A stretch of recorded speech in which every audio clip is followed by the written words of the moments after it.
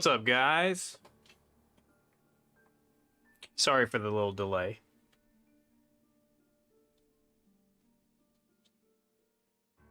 Alrighty, so what we're going to do today is kind of an experiment. Well, not really. I designed a relocation kit for the Retro GEM so that you can install it on Fat PS2s without having to remove the Toslink port, and also for any SCPH 30,000 series console. According to PixelFX, you have to remove the power supply and replace it with either a 50,000 series power supply, or you have to install a re-PSU, which is like a replacement that uses an external power brick instead of the internal power supply. And I hate that idea. I hate the idea of both. I hate both. The idea of replacing the power supply with one from a different model of console, because that basically means that you have to use one PS2 as a parts donor for another. And then also the re-PSU, I just don't like the idea of using non-standard power supplies. I've always disliked this whole power supply replacement thing that people do. So what this does is it relocates the Retro GEM board to the top of the console, because normally it would install down in the power supply area towards the bottom of the console. So the Retro GEM is relocated to the top side, and it uses this bracket, which installs over here. So your Retro GEM sits in the corner here, and then we use this. This is a cable that PixelFX sells. It's actually intended for their SCPH 79,000 series version of the Retro GEM mod, because that one doesn't fit in the console in a way where you that console, the shape and layout doesn't allow the Retro GEM to actually sit in a way where the port would be accessible. So they sell this extension cable. So we use this extension cable to reroute the HDMI port to the back of the console while the GEM is installed in a different location than usual. And then there is this little piece here, which you'll see how this piece works, but this basically is the piece that secures the HDMI port to the back of the PS2. So the subject for today is my beautiful ocean blue SCPH 37,000 series PS2. This is my personal PS2. Excuse me. This is my personal PS2. This is the one that I actually use for PS2 things. This is actually the main reason that I designed this kit in the first place, was for this PS2, because I did not want to remove the power supply. I didn't want to do anything with the power supply, swapping or anything like that. And the Ocean Blue PS2s only come in the SCPH 37,000 variant. So if you're going to do an Ocean Blue PS2, you don't have a choice. You have to swap the power supply. And I did not want to do that, so that's why I designed this kit. Today's going to be a little bit of an adventure, because since this is the first time I'm actually installing the kit on a real PS2, there are some things we have to figure out, like how the main flex cable is going to be routed, where we're going to install the antenna. There's a few things that are kind of up in the air. So that's part of what we're doing today, is doing the install and then figuring out how to route the flex cable around inside of the PS2, where to install the Wi-Fi antenna, and just make sure that everything is neat and tidy, so that people, when they actually try to install the kit themselves, they'll have something to reference for how to install it properly. So we'll go ahead and get started by taking apart the PS2.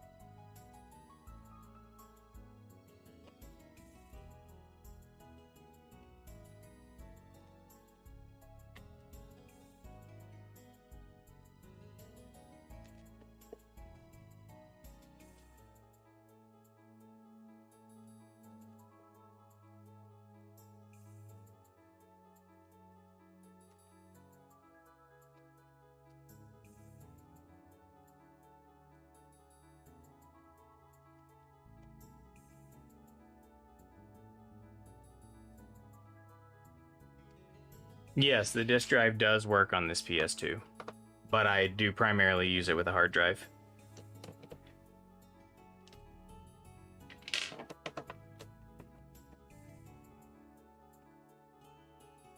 Yes, I do plan to sell the kit, but I'm also going to release the files to be 3D printable online. So you won't necessarily have to buy it from me.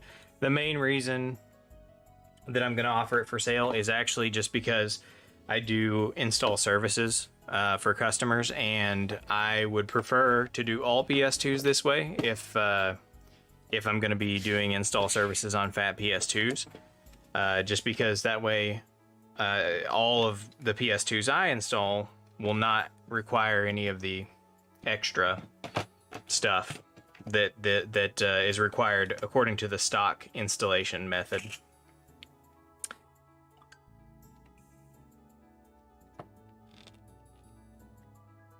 And as far as timeline goes, basically, it's assuming that this install goes well and I don't run into any unexpected problems, then I plan to upload the files and get it listed on my website basically immediately.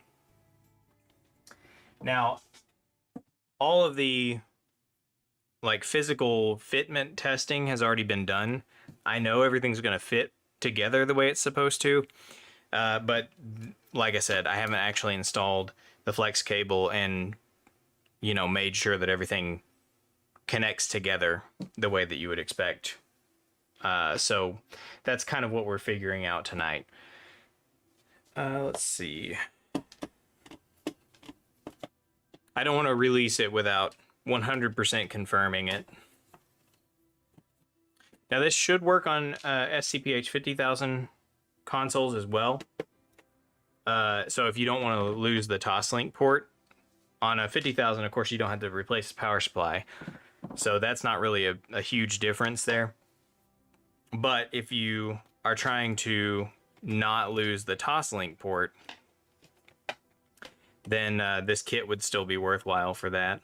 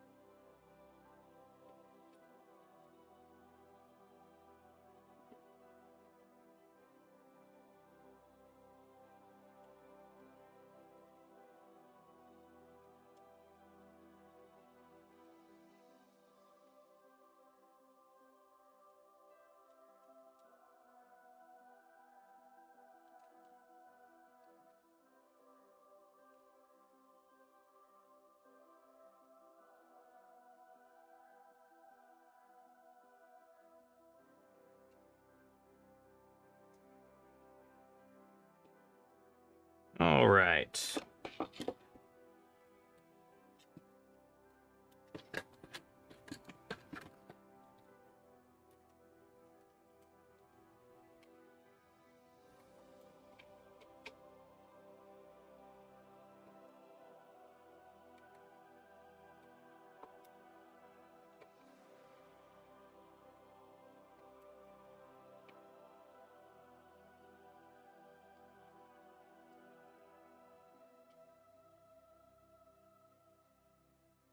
Now this is not a no-cut mod, so if you're after a no-cut mod, this one is not for you. This is going to require drilling and cutting an HDMI port hole on the back of the PS2. But it is going to be fairly easy to do because I've designed a drilling jig to make it pretty straightforward to cut the hole for the HDMI port without too much trouble.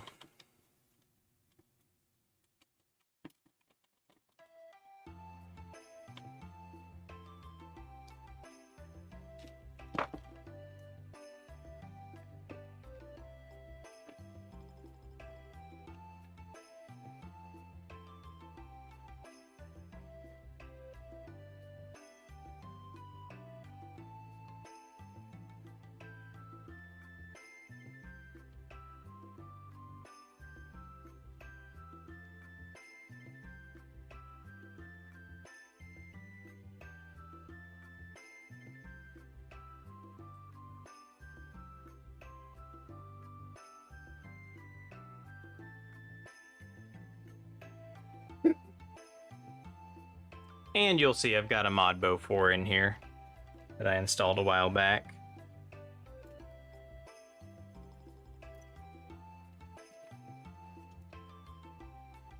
Japanese PS2s, I think, are one of the only reasons these days really to install mod chips, because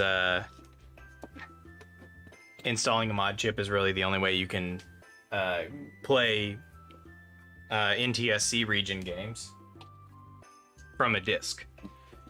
So if you import a Japanese PS2, that's really one of the best ways. You might be able to do something with Mechapone, depending on the model, but that one's really depends on which variant of the PS2 you have. All right. So down here is our video DAC, and so this is where we're going to be working mostly with the Retro GEM kit.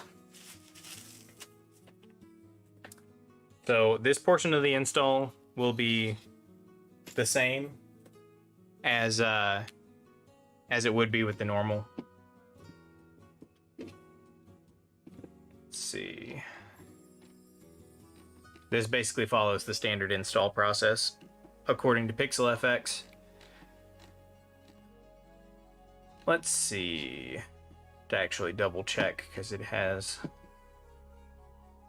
been a while.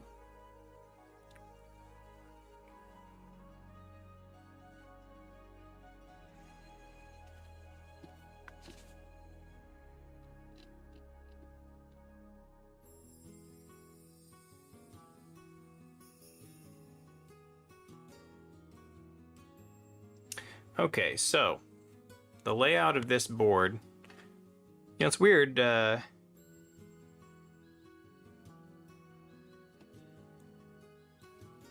PixelFX says the GH-017 motherboard is compatible, but they don't actually have anything for it. But this is actually a GH-019. So this is the same motherboard that you would expect to see in an SCPH like 3900, or sorry, 39,000. But this is a 37,000, and I think that's because for the Japanese PS2s, I don't know this for sure, but from what I've seen looking around, I don't think they used the 39,000 series for Japan. I think they only used that in North America. So I think the 37,000 is actually from the same time period as the 39,000 series. So if you have a Japanese PS2 and it's a 37,000, it's not listed as compatible according to PixelFX, but it should be the same motherboard that is compatible from the 39,000. So that's something to keep in mind.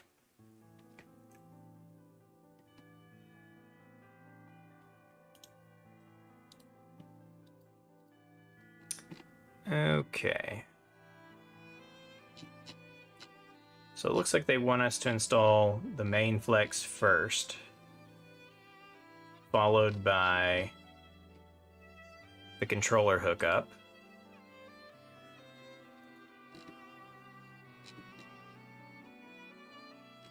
Okay, so we'll do that. We'll follow their lead.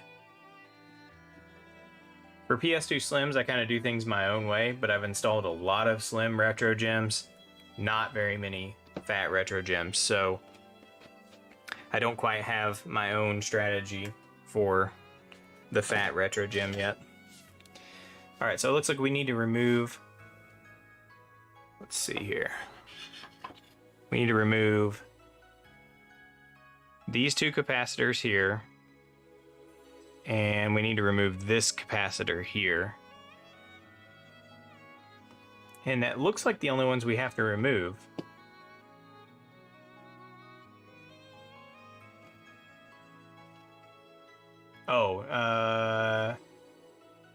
Oh, we also have to remove this resistor here.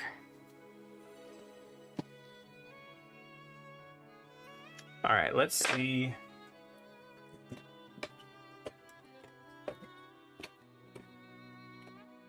See if my tweezers can get in there, my hot tweezers. If not, we'll just use an iron and some regular tweezers.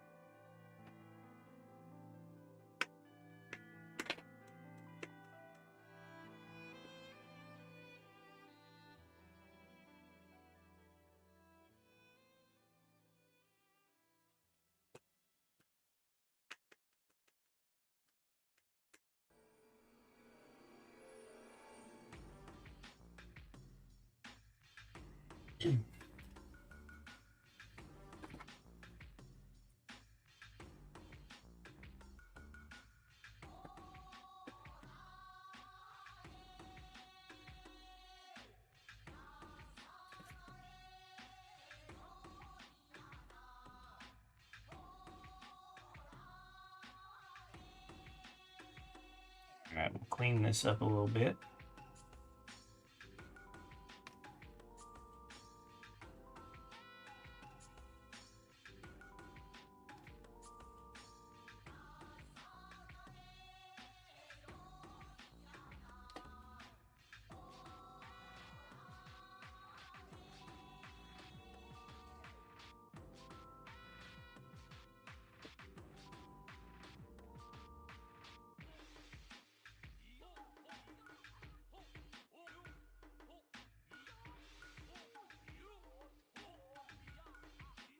All right, now we need to cover up those components that we removed. Those pads. I've got some Kapton tape here.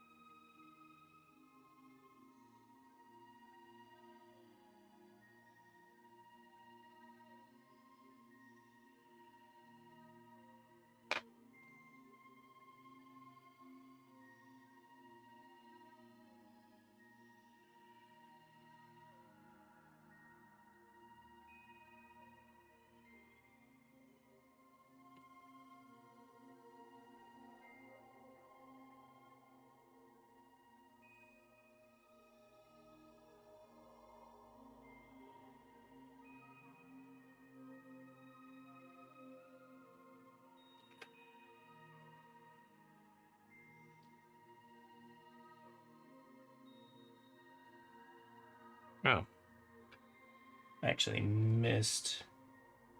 I'm gonna remove this tape because I missed one of these pads. I couldn't see it. There was a little bit of a glare on my end. I did not clean this up. Let's see.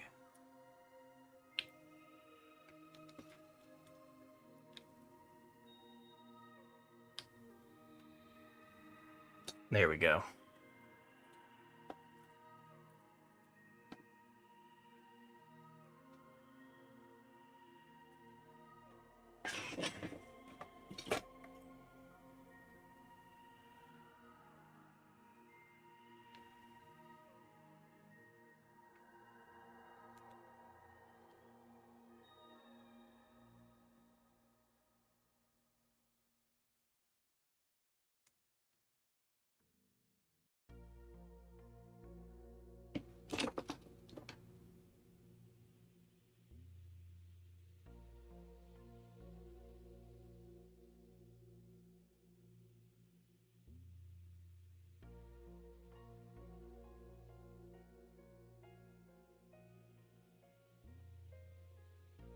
All right, now we're all good. Okay, we're gonna move over to the microscope cam for this next part, so I can see a little bit better what I'm doing.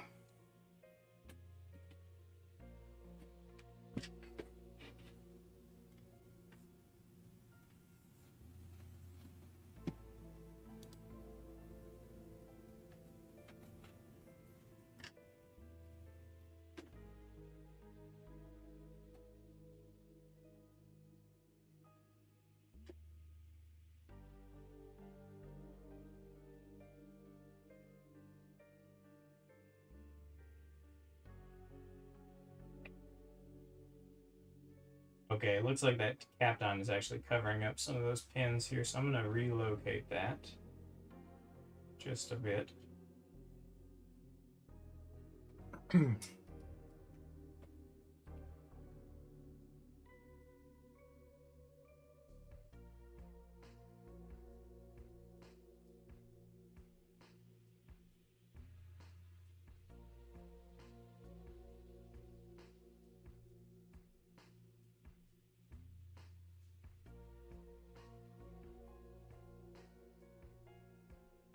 All right, that should be good.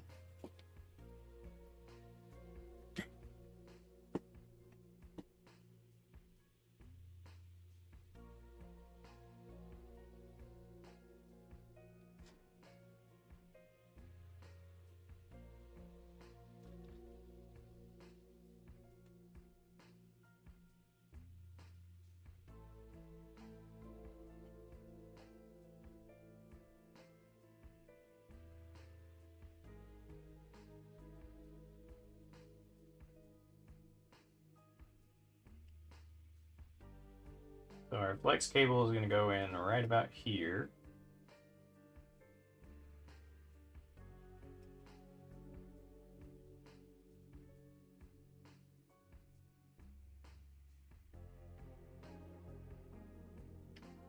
So what we'll do is we'll come in here and just tack it in place with a couple of little dots of solder, and then we'll go through and actually get each pin.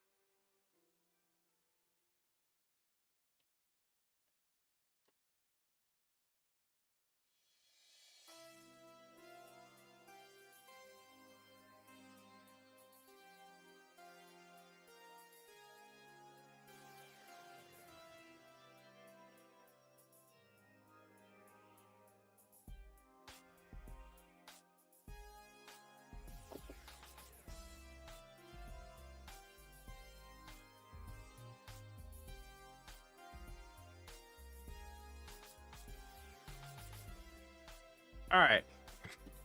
We're tacked in place.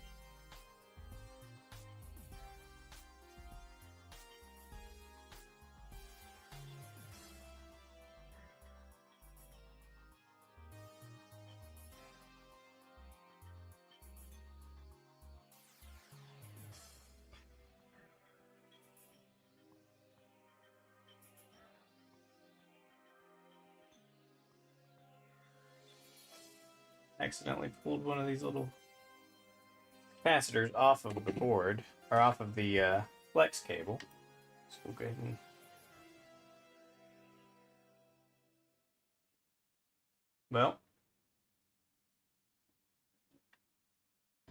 that capacitor's a goner. I have no idea where that flew away to. Oh, that's too bad.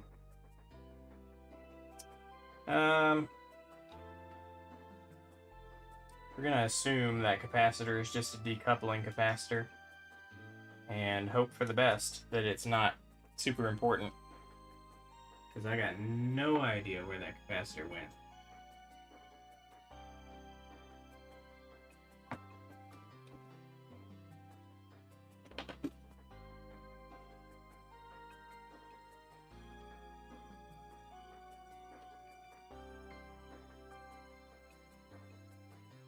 That right there is our missing capacitor.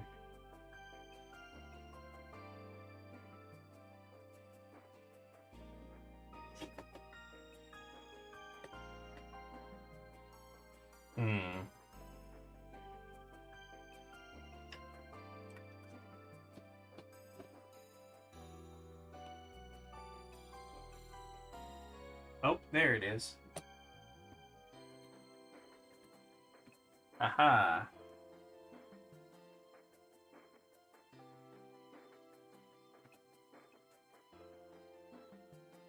Found it. We'll go ahead and restore it to its rightful place on that flex cable.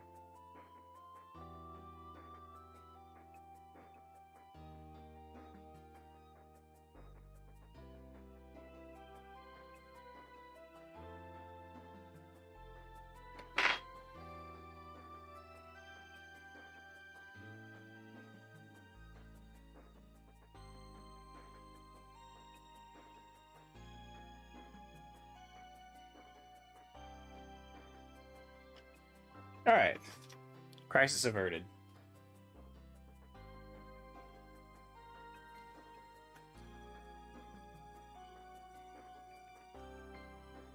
Okay, we'll finish up this little section here.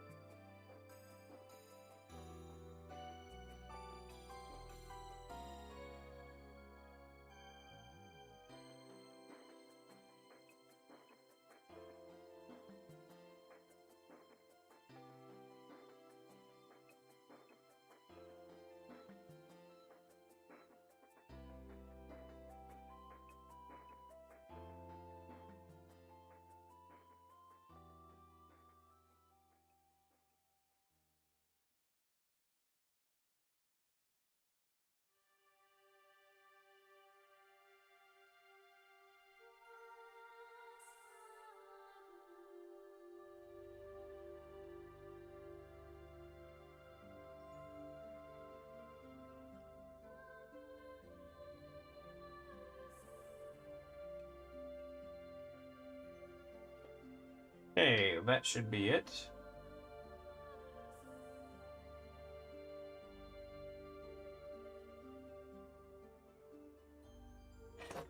This doesn't look quite aligned. Not totally sure about this side. Let's go back in and do a little bit of touch up here.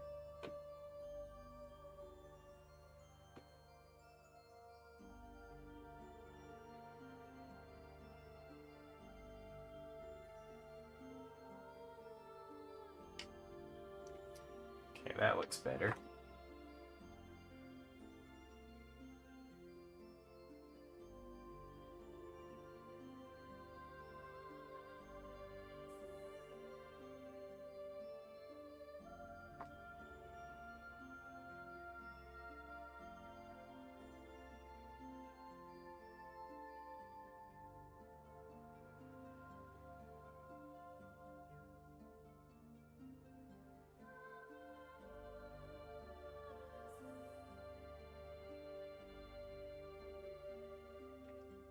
Okay. Everything looks good there.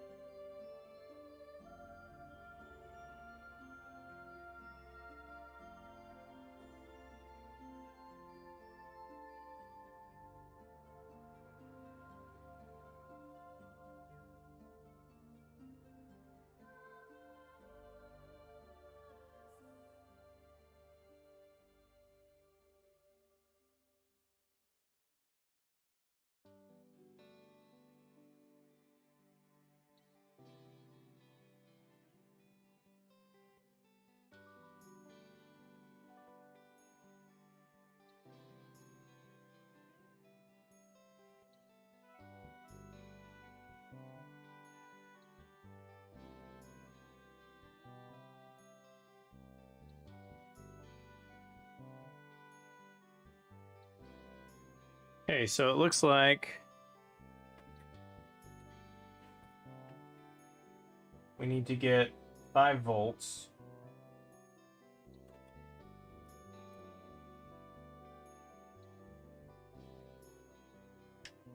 Hold on a second. That seems like...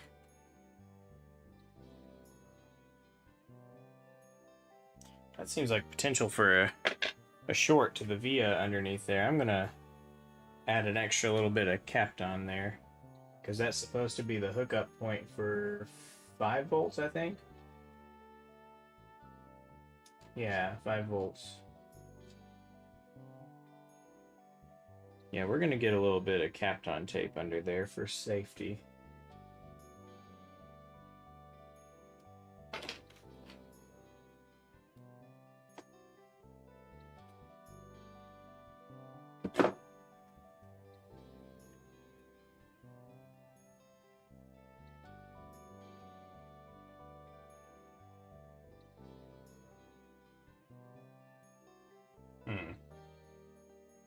My Kapton tape won't stick to the motherboard anymore because it has flux goo on it. Alright, so it says we need to run a wire from this regulator down here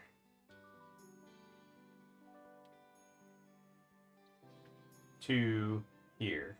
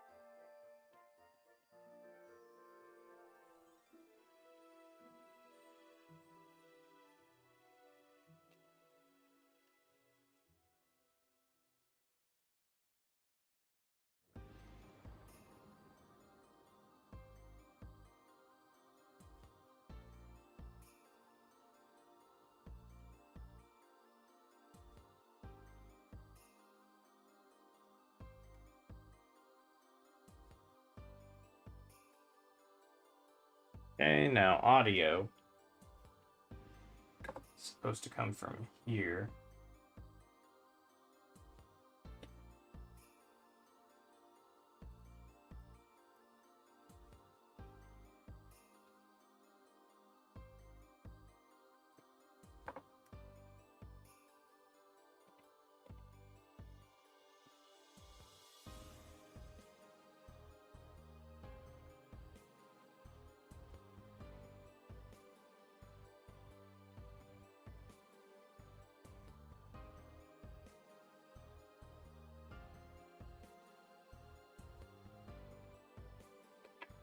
And this is consistently my least favorite part of any PS2 GEM installation is audio, because of the way the flex cable has to be routed around. It's a pain. Never wants to stay where you put it.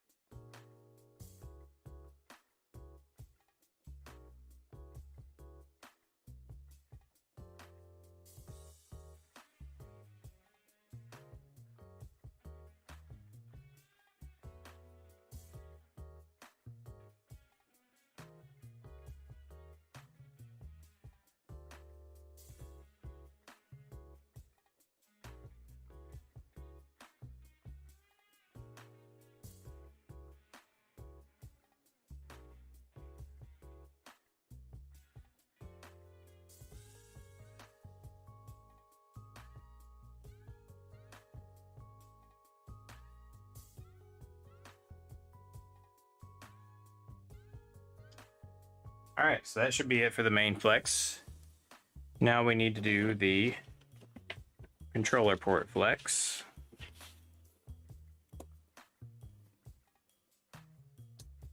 And it looks like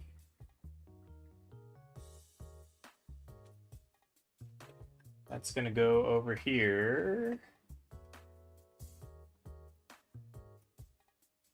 Looks like it starts at the 4th pin from the top.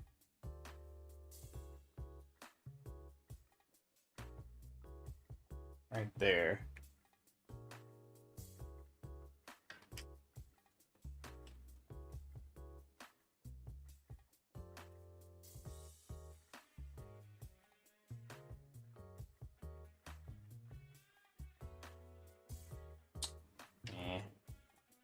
Let's get some solder in there.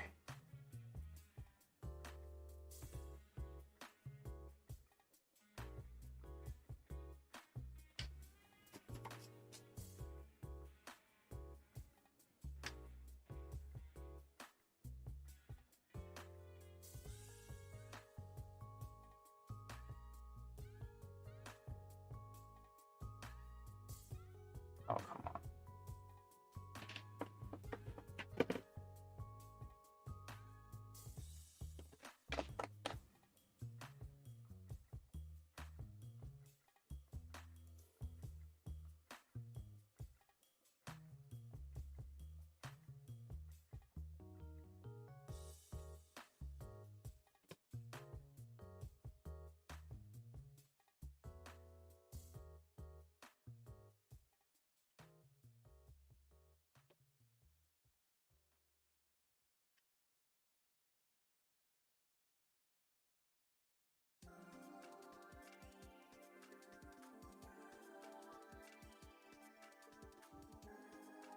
There we go.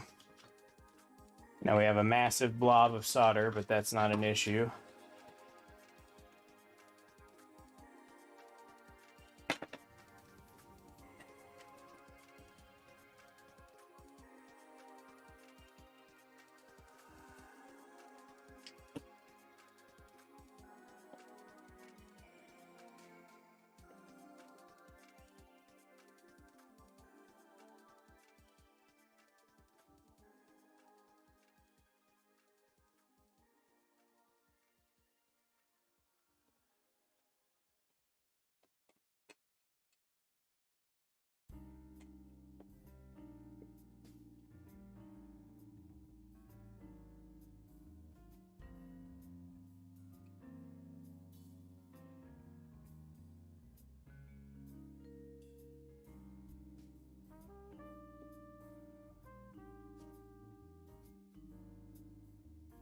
There we go.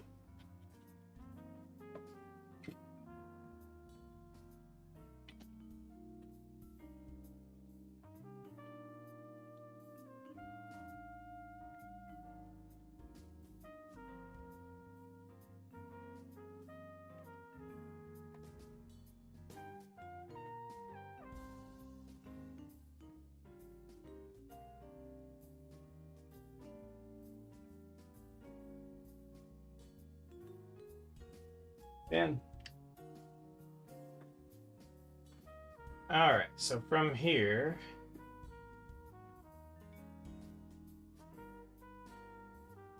I guess we need to do a little bit of folding.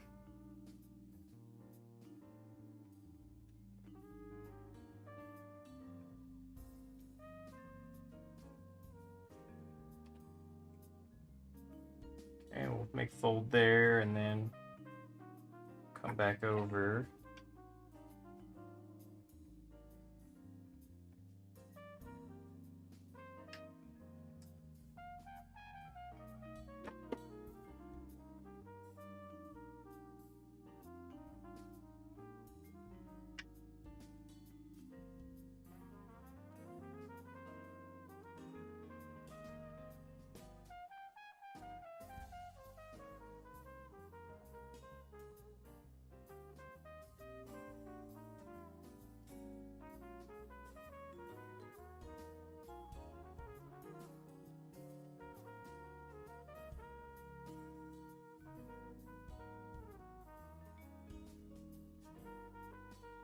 All right, and then we'll do the other fold.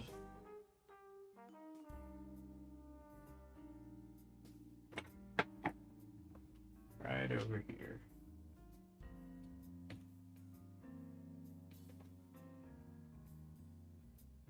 Okay, that looks decent.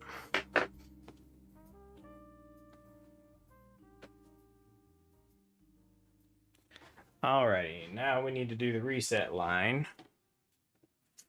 And for that, we're going to move back over to the main camera, because I don't really need super fine vision here.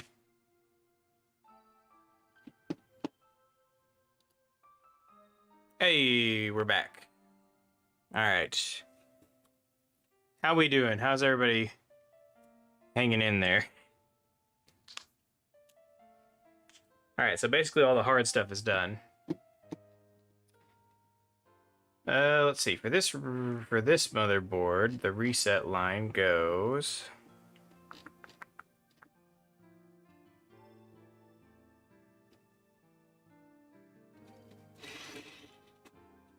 Looks like the reset line. Oh. Yes, of course. My mod chip is already connected to the reset line, so we'll just have to hook into the same location.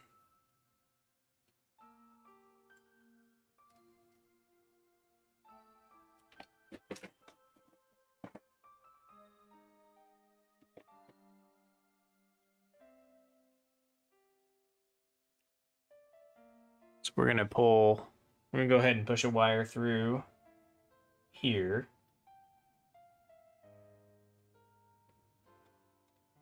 Like so.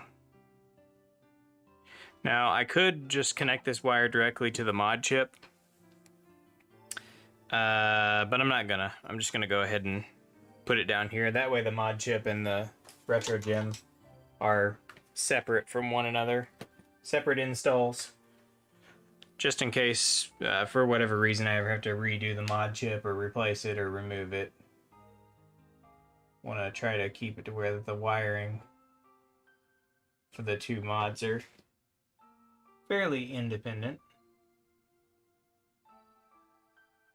Come on, wire. There we go.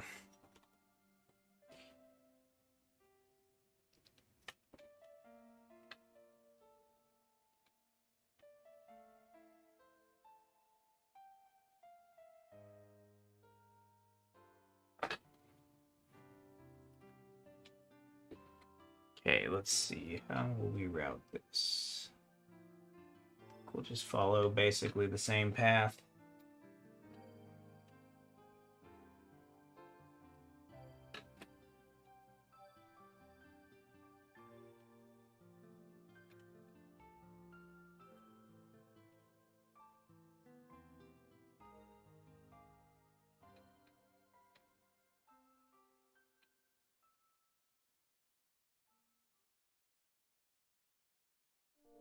Yeah, that looks pretty good overall.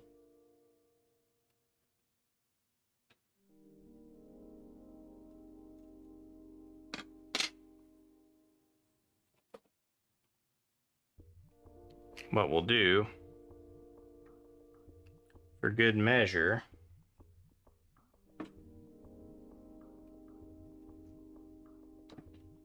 we'll hit it with a little bit of UV resin.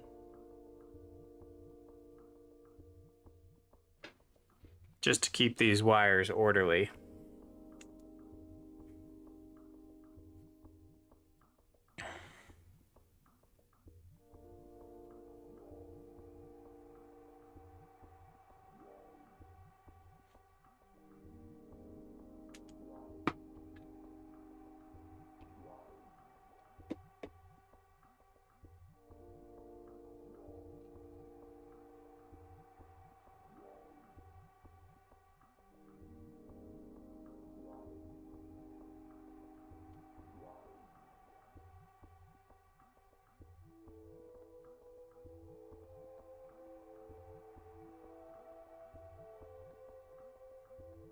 I guess we'll just go straight across for this one. Should be the shortest path. Shortest path is often the best path, not always.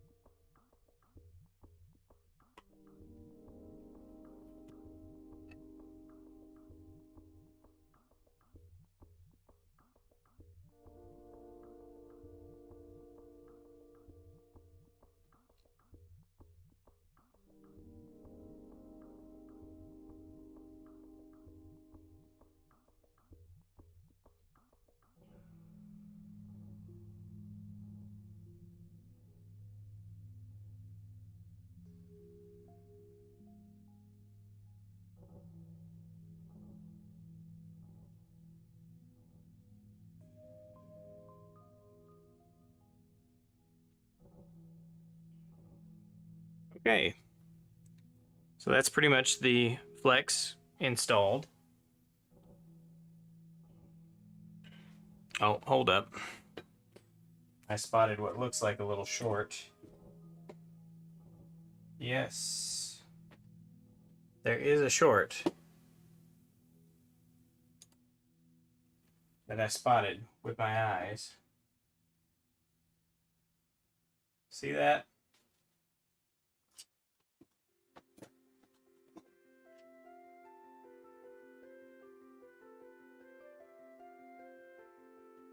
All right, now it's gone.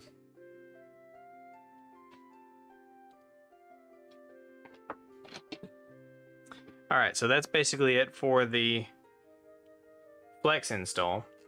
Now this is where it gets kind of adventurous. We have to figure out how to fold, how to achieve the origami needed to make this work with the new kit. So when this is installed, the riser that holds the gem is going to be positioned right about here. So the cable needs to come out over here. So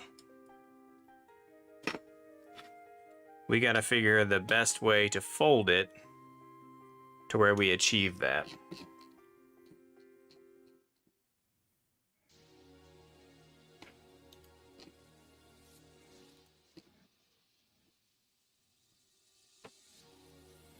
So I'm thinking we're going to want to fold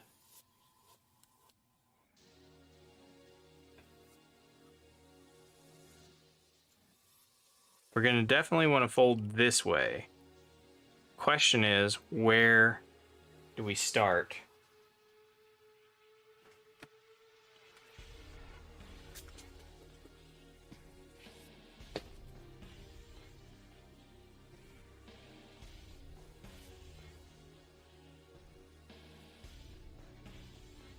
Sorry, that flux was annoying me. So I'm thinking let's see, if we were to fold here, then fold here,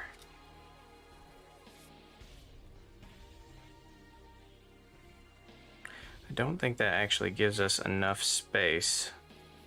So we might have to fold here.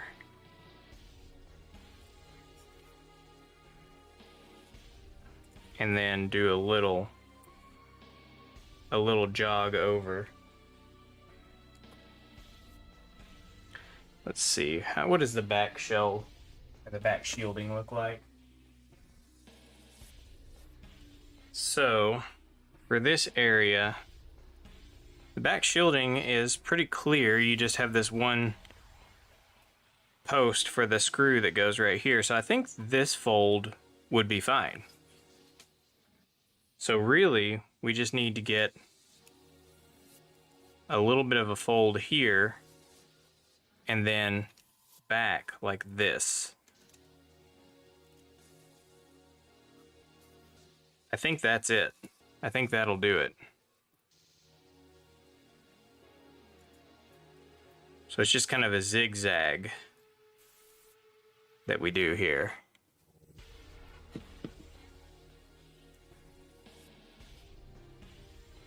Yeah, I think that'll work. One thing we're going to want to do is these little pieces right here of the shield. These are meant to contact the ground plane here. We're going to want to bend those down so that they don't pinch on the ribbon cable.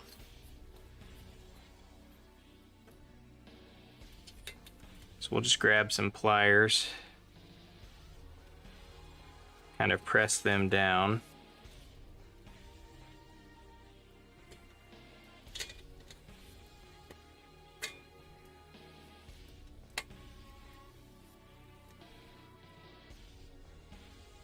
So now those are pressed down a little bit, so they shouldn't come into contact with the ribbon cable. Let's see what it looks like when it's put together.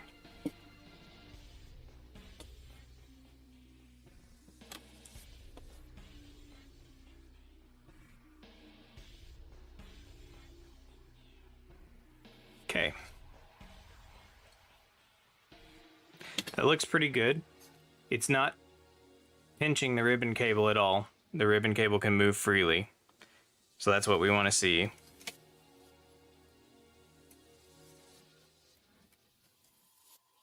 And then it's just going to fold over and then under and then clip into the retro gem, which I'll show here in a second.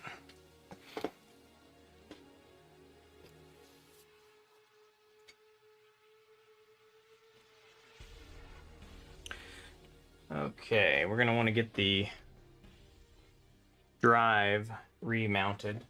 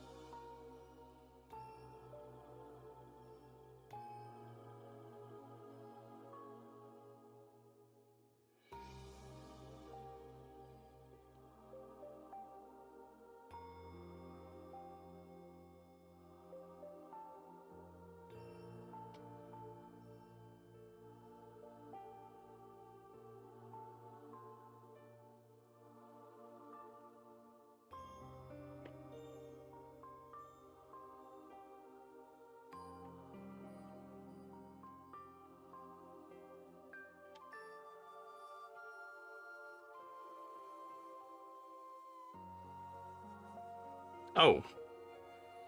Oh, no, no, no. That's fine. That's fine. Actually, I didn't do the Toslink wire. But now that I'm thinking about it, where do we get the Toslink wire from? I guess the top side of the board? I was hoping not to actually have to mess with removing the top side heatsink and shield. Oh no, I don't have to. Okay. It'll be accessible once it's reassembled, so we will continue with this reassembly effort.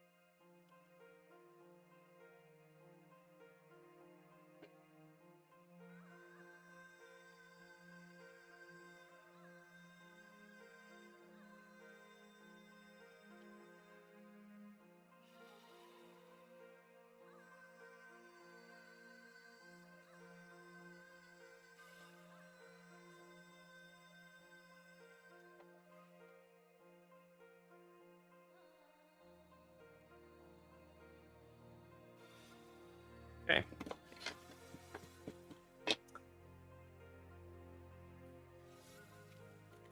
Go ahead and do a test run with our gem to make sure that all of our soldering was good before we get too far into the reassembly.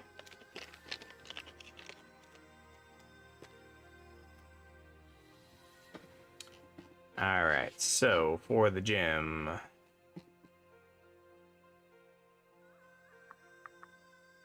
for the PS2 we need to set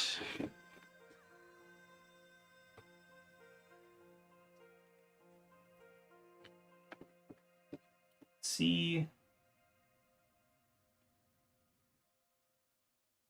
D E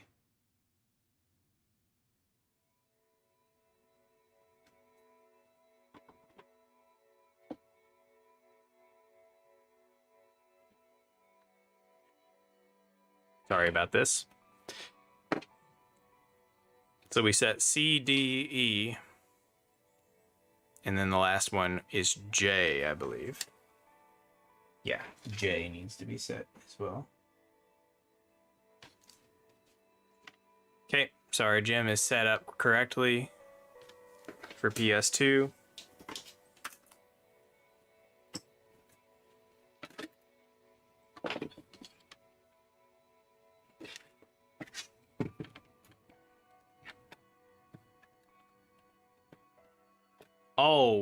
Always remember to install this plastic before you install the power supply. Because if you don't, you'll blow things up.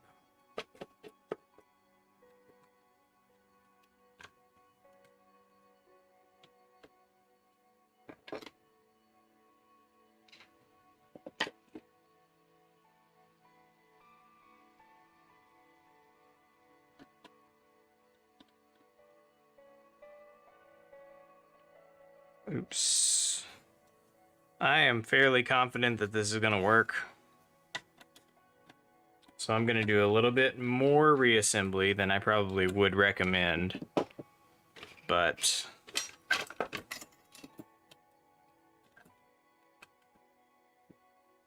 I'm just taking a gamble here. Pretty sure this is going to be fine, so.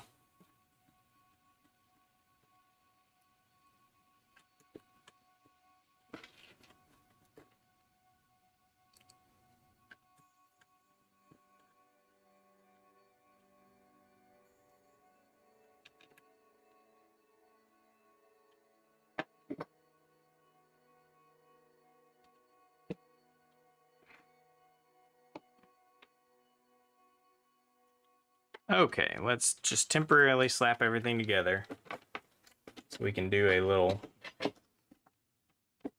test of the gem board and make sure it's all good.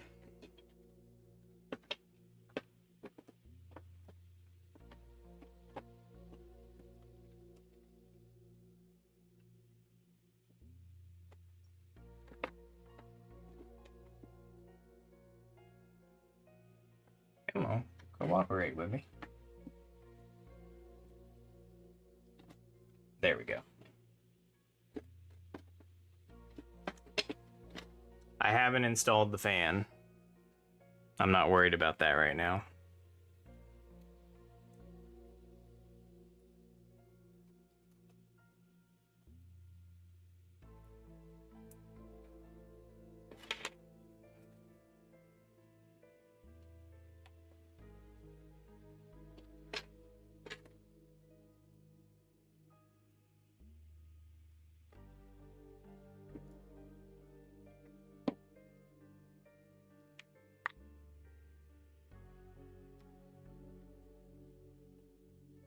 All right, we need the controller ports so that we can get into the menu.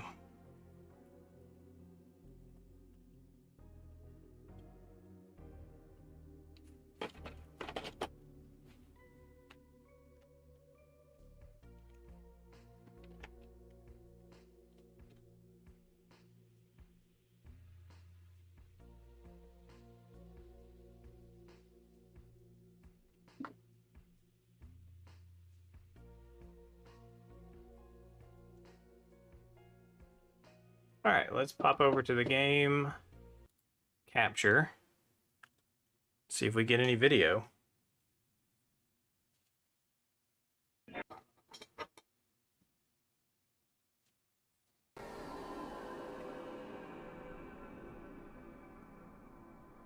That doesn't look right. Let's see what the diagnostics tell us.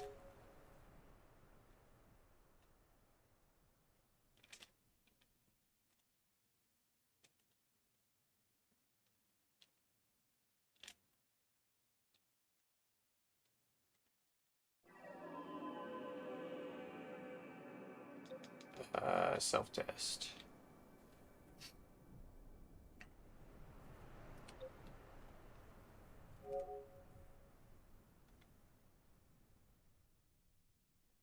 I see.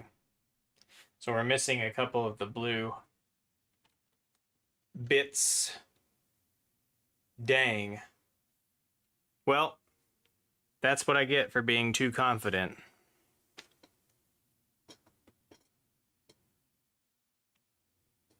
Terrible. All right, we got to go back in and double check all of the soldering.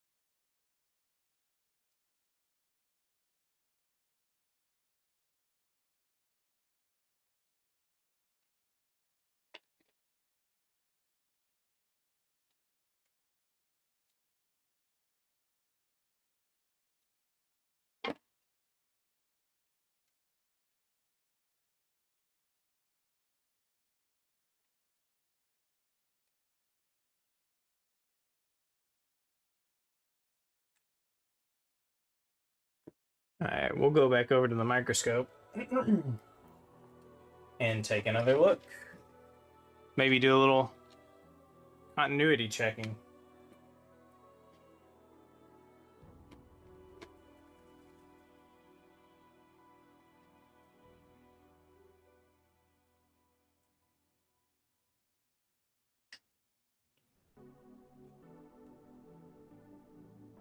Let's see.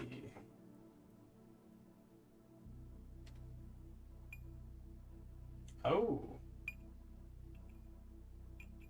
We have a short that I did not spot.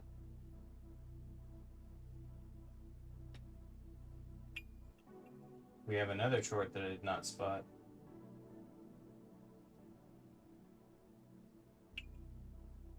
Well, those shorts could be our problems. Those are supposed to be shorted.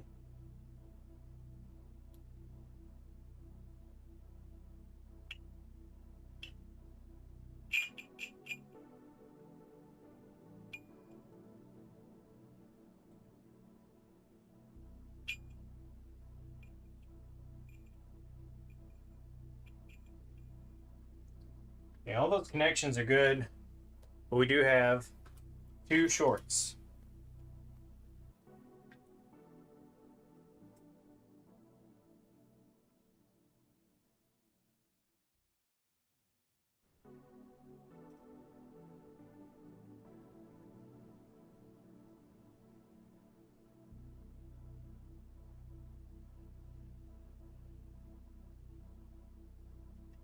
That short does not want to clear. I wonder if there's actually a piece of metal. Yeah, it looks like there's actually a metal shaving or something in there. Let's see.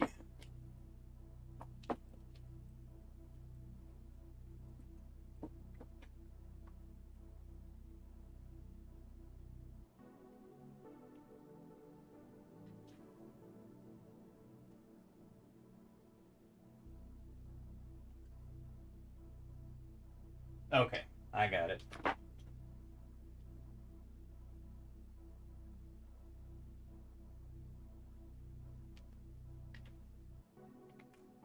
Okay, let's double check the shorts.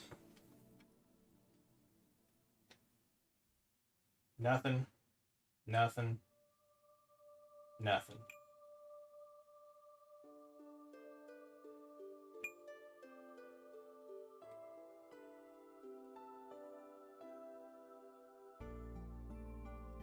Okay, looks like we're in the clear now.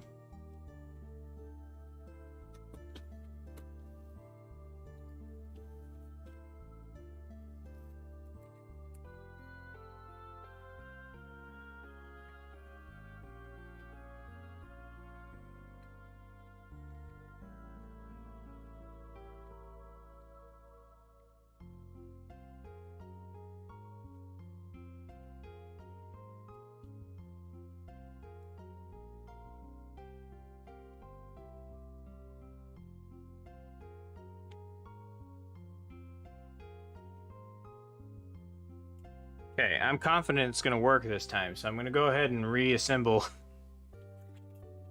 I am as confident as I was last time, so I'm going to go ahead and put the screws in again, because I'm pretty sure I'm not going to have to do this again. And as we all know, I'm never wrong, which is why we didn't have to open this thing back up again. That didn't happen.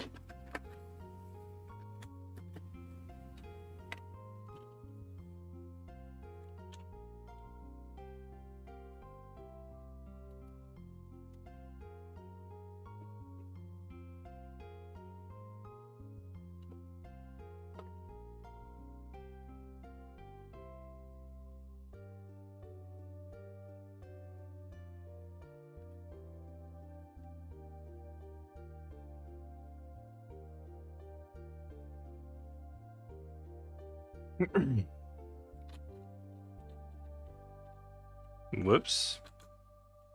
Forgot this again.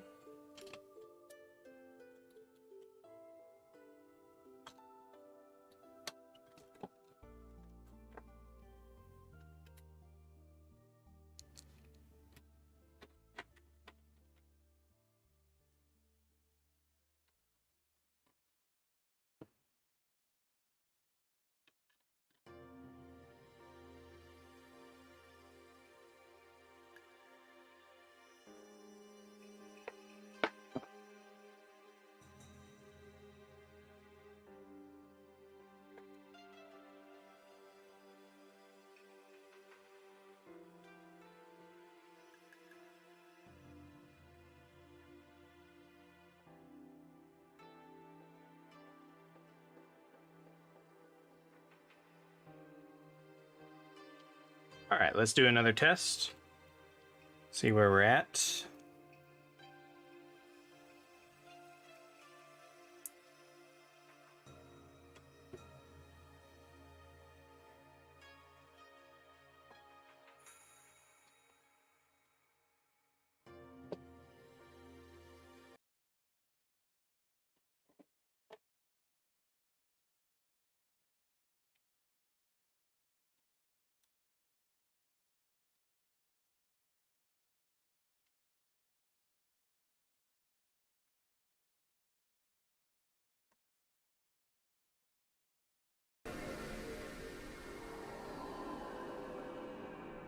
Hey, that looks more correcter. I forgot to plug in the controller port. Let me do that real quick.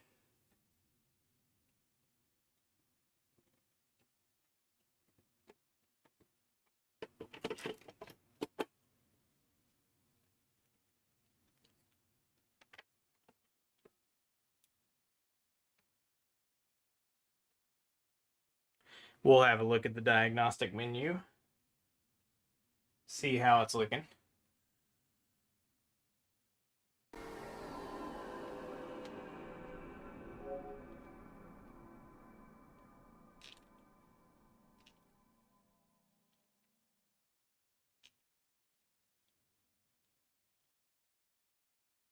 Come on.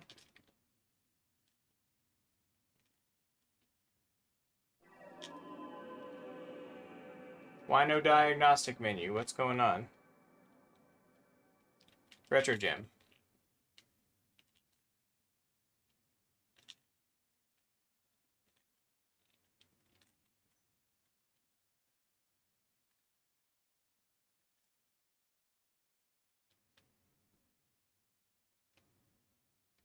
Excuse me.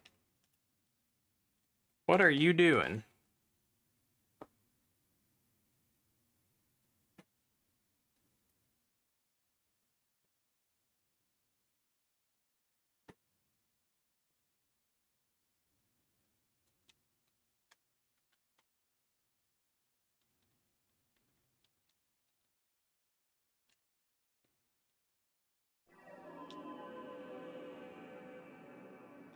Well,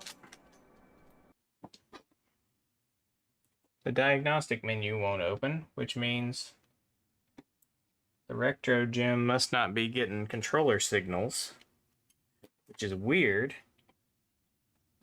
because it was earlier. The PS2 is definitely still getting controller signals.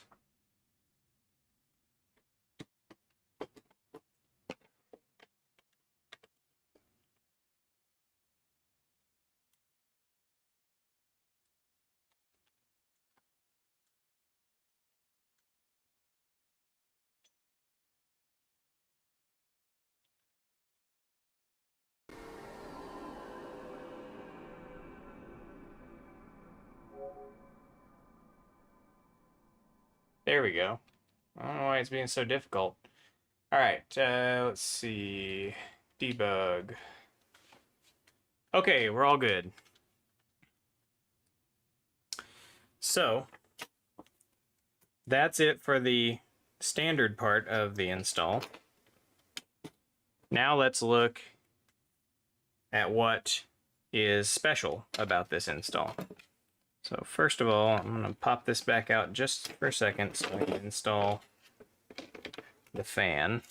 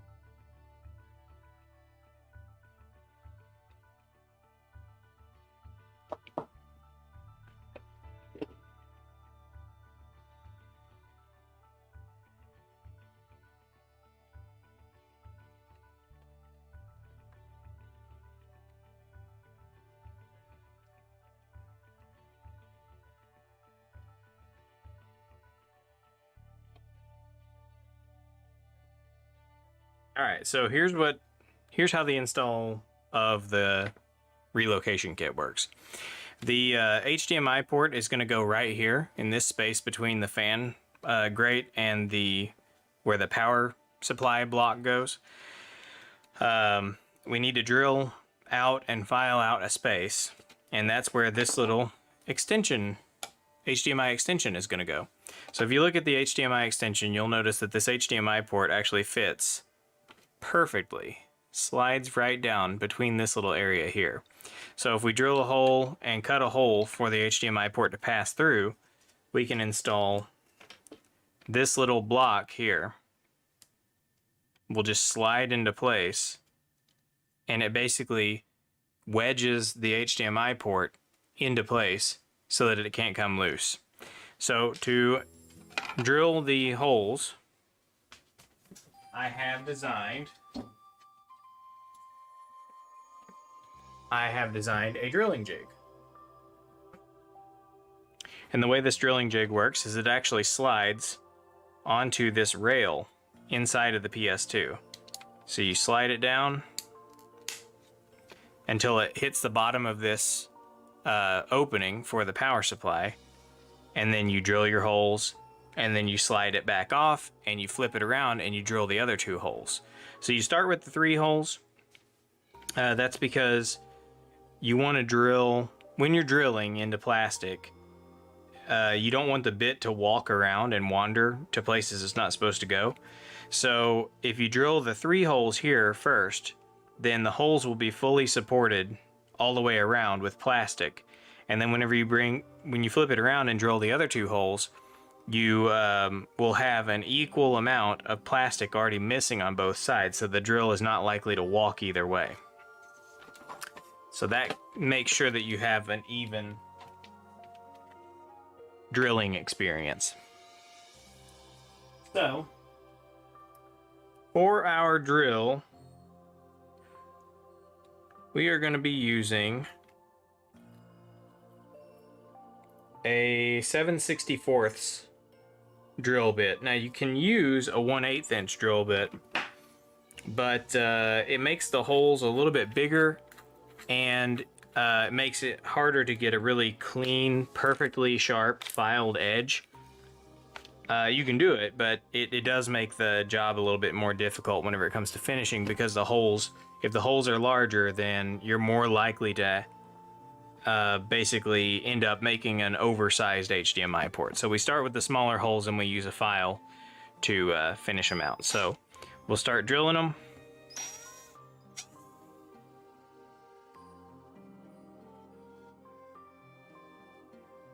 You want to take it easy.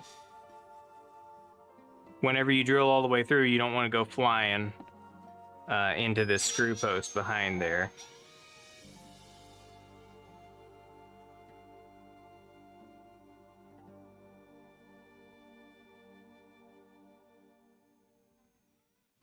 Okay, that's our first hole drilled.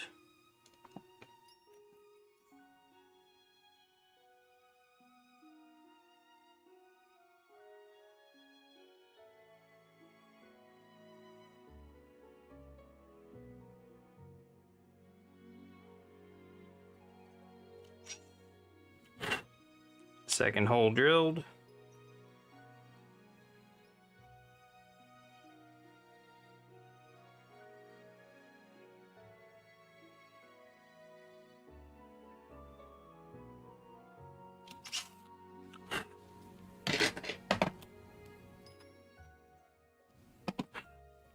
Okay, so our first three holes are drilled. Now we just slide this off, and it can be quite snug, so requires a little bit of effort.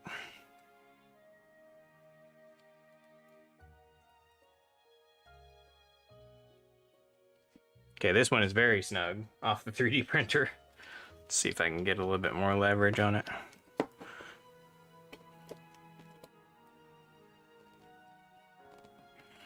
Wow, that one is on there.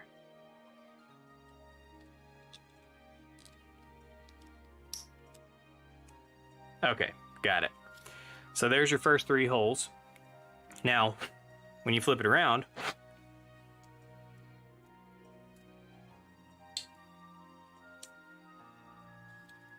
oh, this is going to be tight too.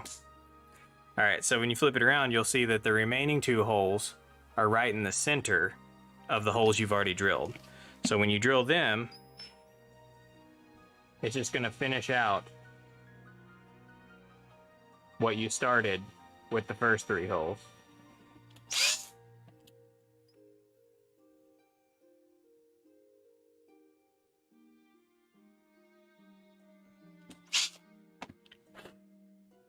And now they're fully drilled. Okay. So there's the rough slot for your HDMI port.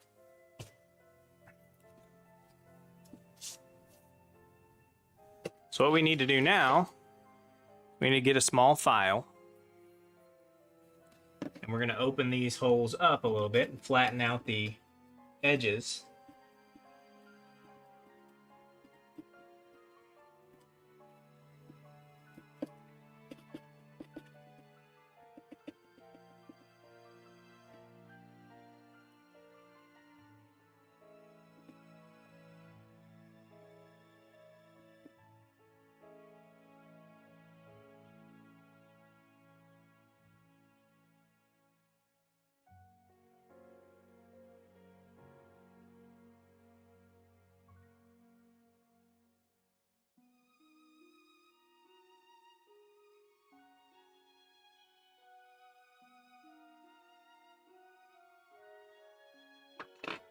All right, so we've made some progress here. Let's go ahead and check and see how we're looking with the actual HDMI ports. We'll go ahead and slide that down here.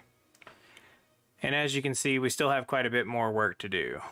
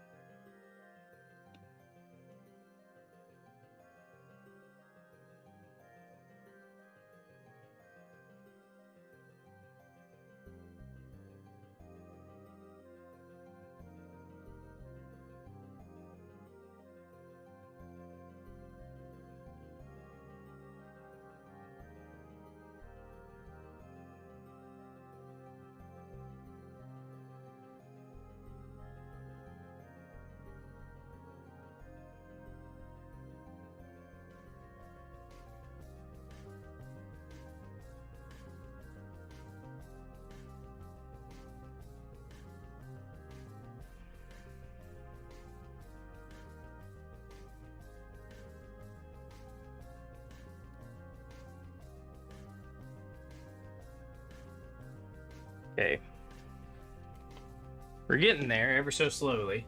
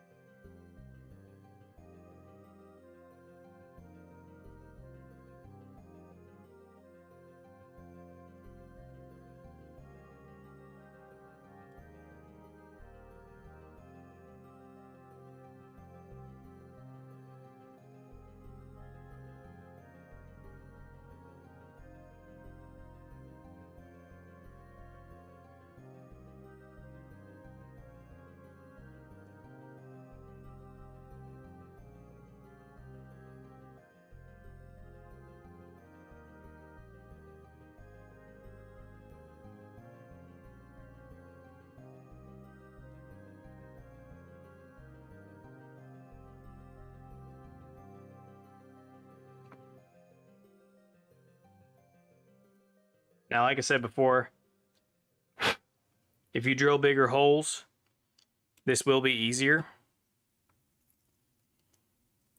But you can end up with an oversized HDMI port if you're not careful. So I recommend going small first, and you know, eventually working up to the final size, because you can always remove material, you can't add material back.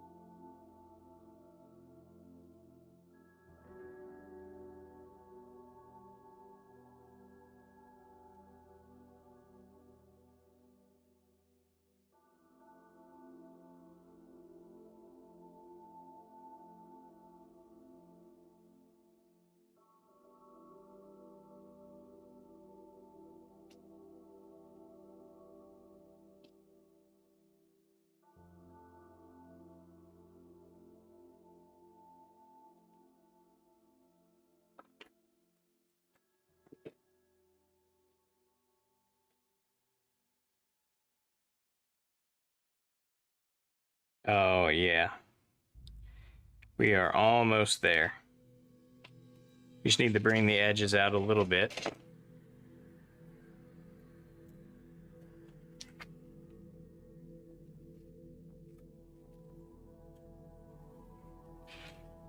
Switch over to my triangular file to get a good sharp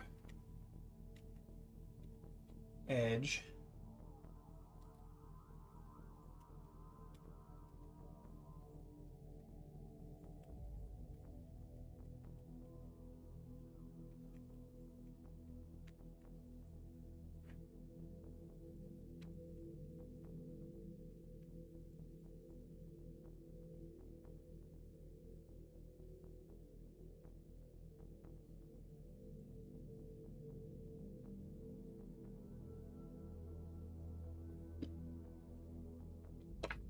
Okay, I think we're in the zone now.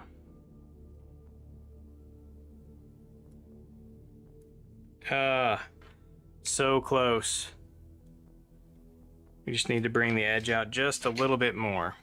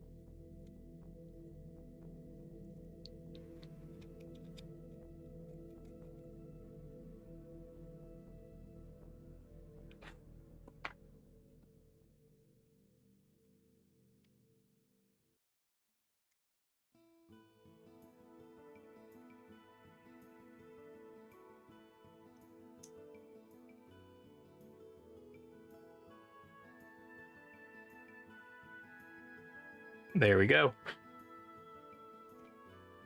That's your HDMI port. So you just press the HDMI port all the way in until it's flush with the back. Like so. And then you take our little spacer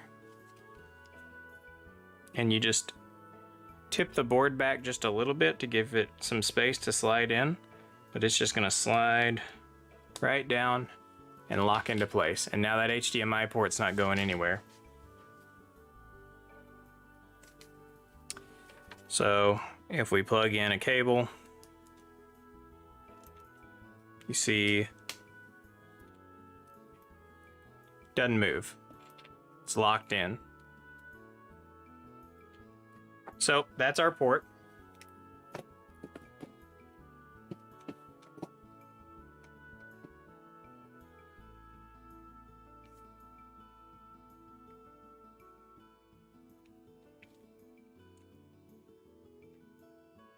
Okay.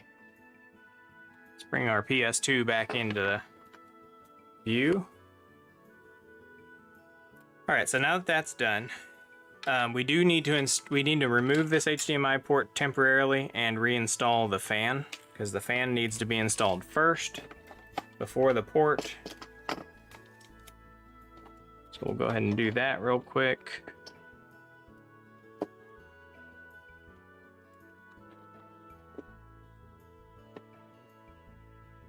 Oh, so I missed a couple of screws. Let me do those real quick.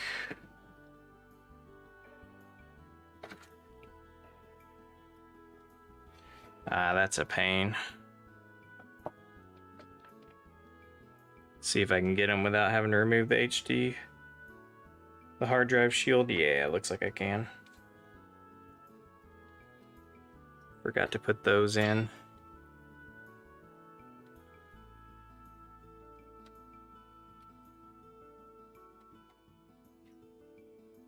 There we go.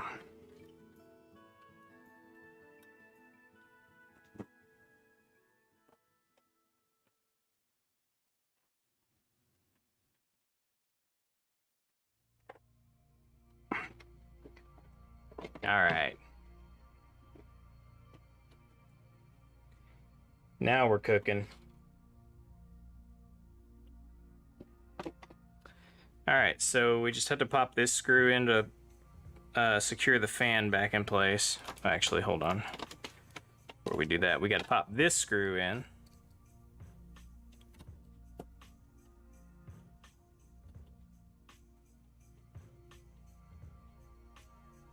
And then we need to solder the Toslink wire. I forgot about that. Let's see, where is that?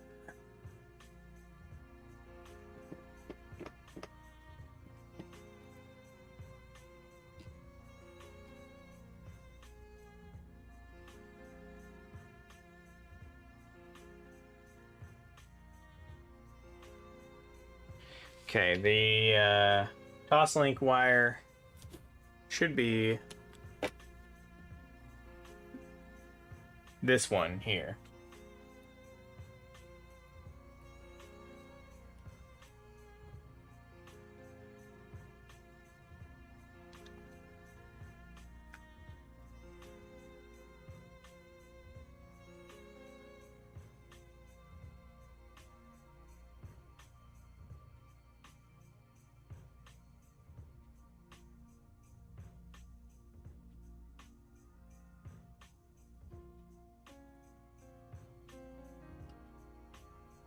Okay, we're just gonna solder a wire in place here.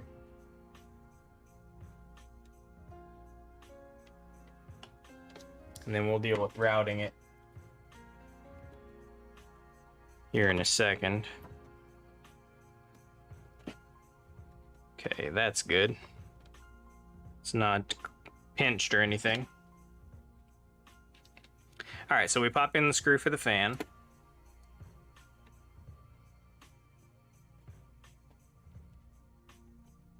So that's done. Now we can go ahead and reinstall our extension cable.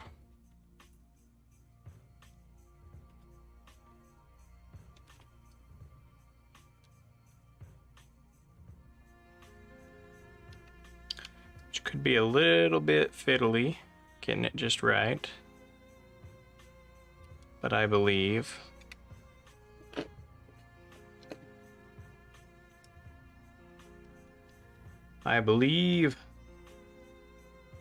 There it goes.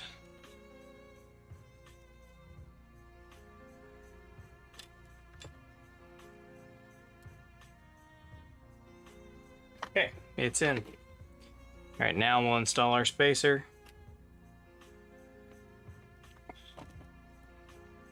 And that's the HDMI port installed.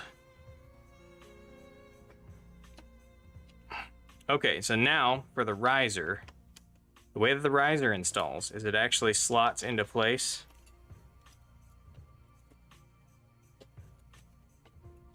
Right here. This little screw post that normally just holds in the back plate, that is actually what is holding the riser in place. So, just gonna pop our screw in there just like you normally would.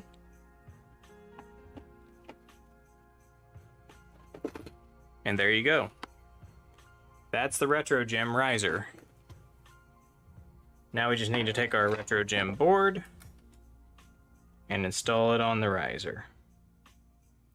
Now the thing about the riser is that on the on this version, as you can see, I have heat set inserts.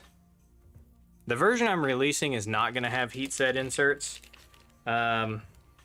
These inserts are actually more trouble than they are worth, in my opinion.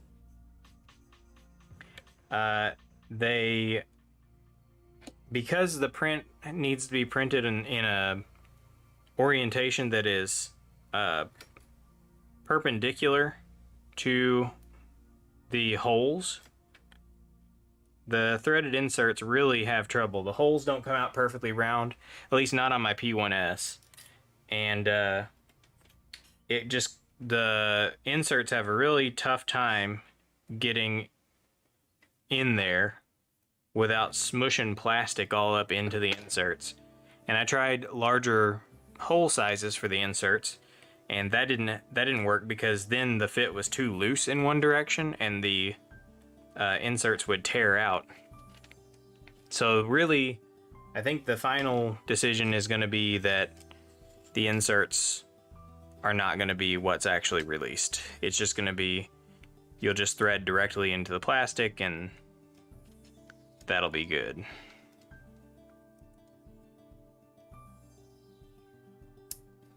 Okay, so that's the main flex installed. It just folds over the top and then underneath. You don't want to go straight up and in like this. You have to fold over the top because there's a piece of plastic on the top shell. Let's see. This piece of plastic right here on the top shell, that plastic ends up in this slot right here. And if you put the ribbon cable over this way, then you'll pinch the slot. You'll pinch the ribbon cable into this slot, and that's bad. That's no good. So you want the ribbon cable to go over the top of the board and down here. That way this piece of plastic never comes into contact with the ribbon cable. All right, we'll go ahead and install the Toslink wire, which I'm going to arrange like so. That'll give us a little bit of extra slack.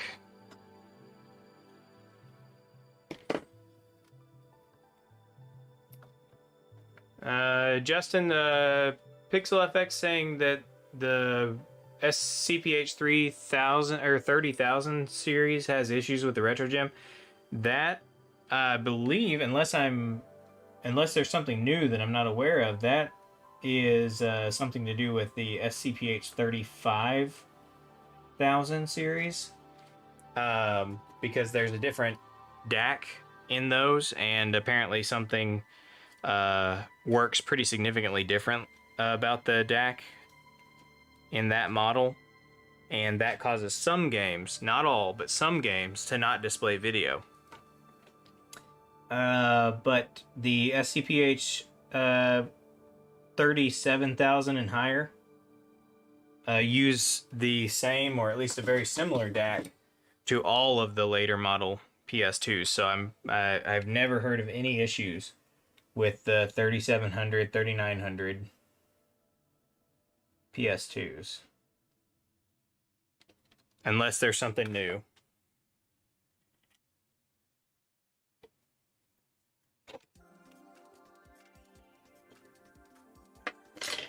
Okay, then the last step here is to install our HDMI extension cable.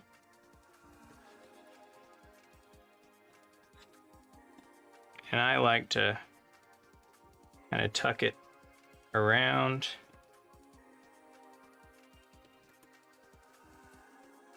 I think if we go under this, it'll look pretty clean.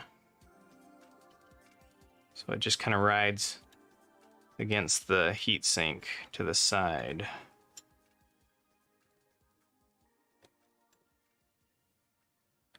Yeah, I think that's it. All right, so the next question is, where's the Wi-Fi antenna gonna go? I think, let's see what kind of slack we have.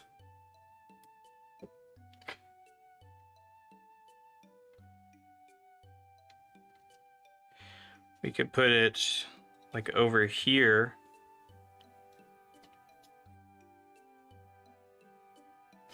Yeah, that looks pretty good. Over here on the optical drive. I wonder if that'll have an impact on wireless performance. Let's go ahead and put it over there and just see what happens.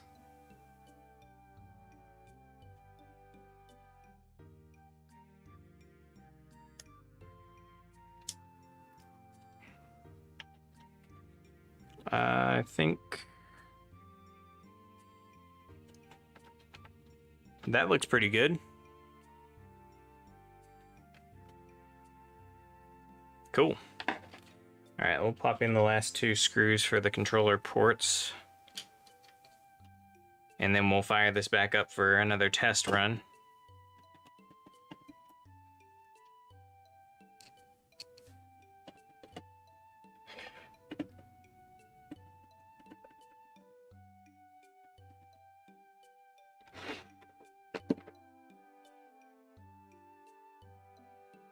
Okay, let's get the lid on.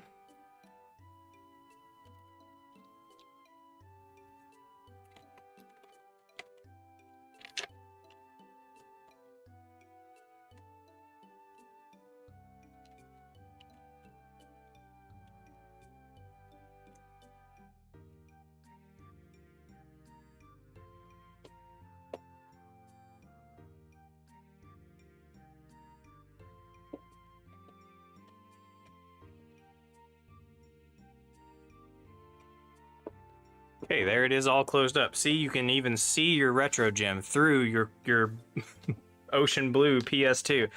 It's like your retro gem is on display for the world to see.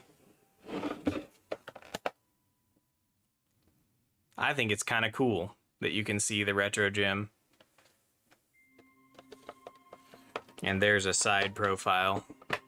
You can see my riser. All right, before I pop the screws in, let's go ahead and do another proper test run.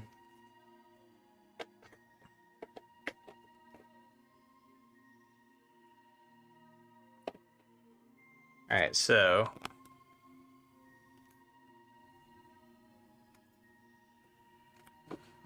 look at how nice this is. Your HDMI port right there. HDMI port, Toslink port still present. You've lost nothing. You've only stood to gain.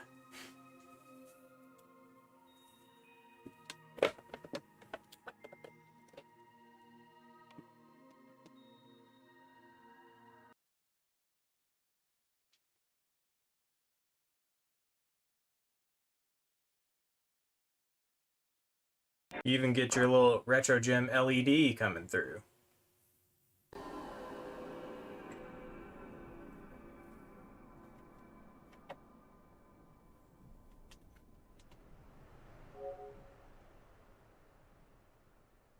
Okay, let's run another self-test. Looks good.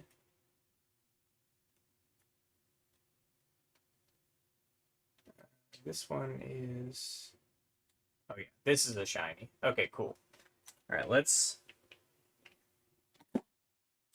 put my hard drive. Well, let's put my screws in, and then let's put my hard drive back in, and let's actually play a game real quick.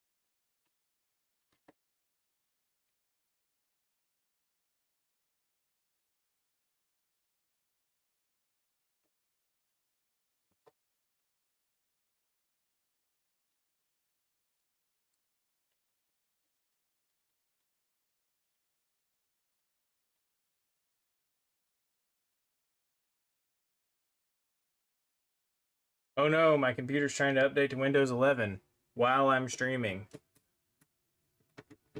Go away.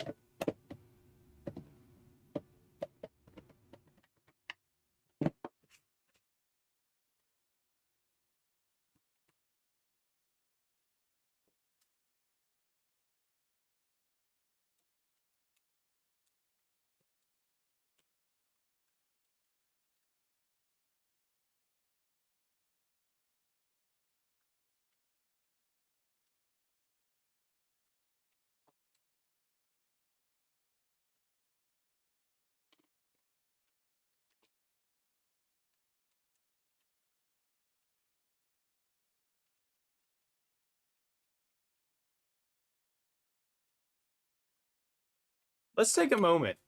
Hold on, guys. Let's take a moment to admire just how incredibly clean that looks. How clean is that? It's like, it could have been stock.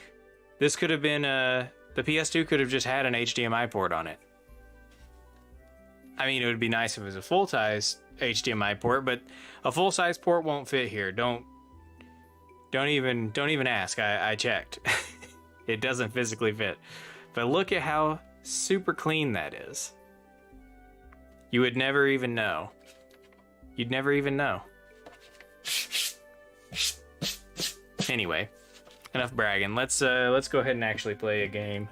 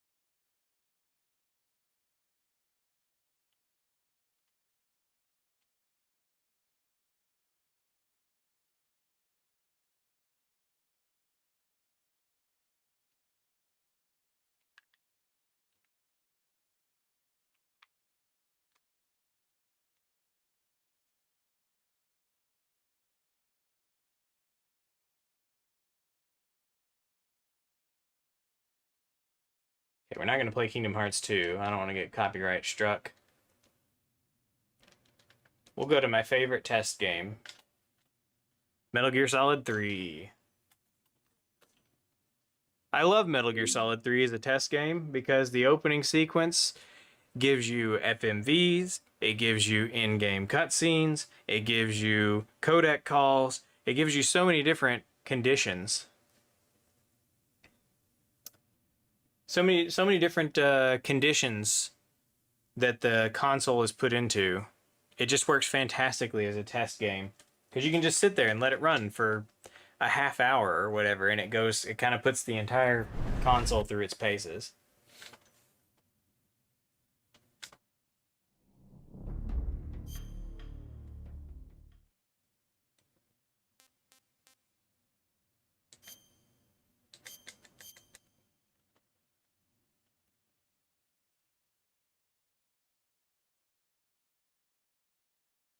After the end of World War II, the world was split into two, East and West.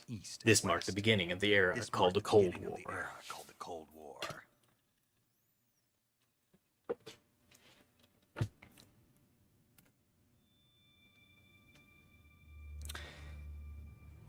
Oh, you know what? I gotta check if SPDIF is working.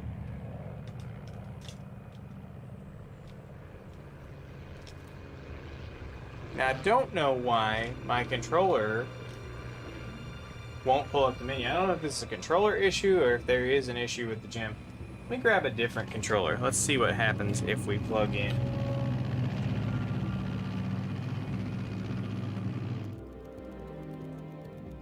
Flying over Pakistan, altitude 30,000 feet.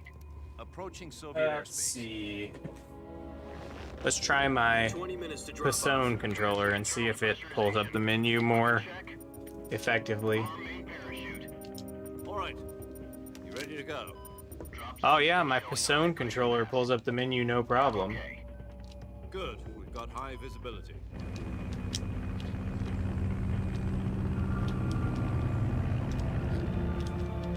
Well, I spoke too soon. Put out that cigar. Is it possible? Oh, you know what it might be? Put on your mask. There we go. I think the controllers are not actually active Does this panty waste know what he's doing? during the cutscenes, except for in areas where you can make adjustments to the Approaching release point. camera angle. So it may not, the GEM may not pick up any controls because the PS2 may not actually be polling the controller for anything. All right, let's see. What are we looking for? We're looking for, we're looking for the SPDIF, which is in here.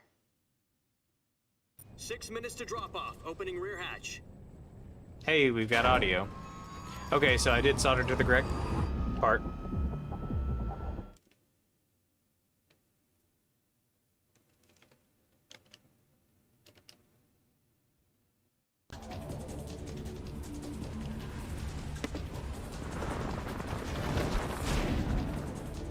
Oh, pick a new game and check the controller. Let's give that a shot.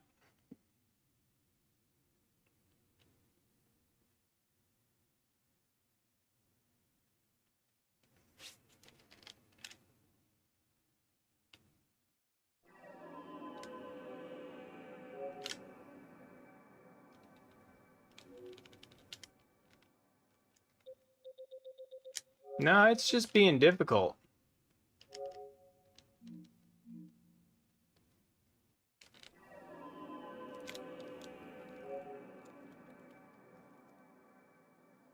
That should be bringing up the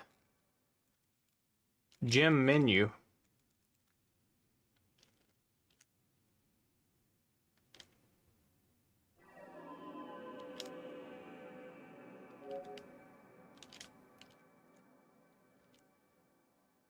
I don't know what it is.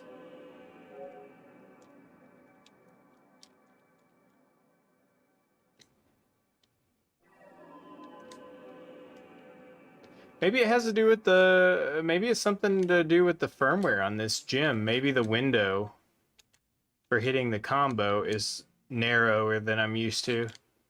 I haven't updated this. This gem is from a while ago. I find it hard to believe that it's actually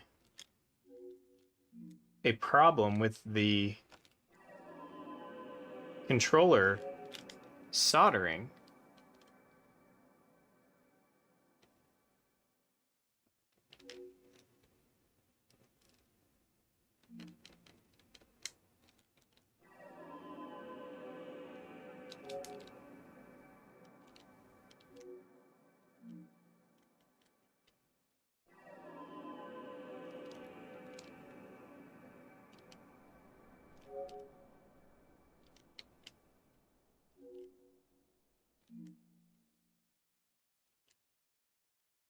Oh. You know what? Obi-Wan, you are absolutely correct. See, in my head, for some reason, the gem menu has always been accessed by hitting L1 R1, L2 R2, right circle. But that's not correct. It's L1 L1 R1 D-pad right circle. It's not L2.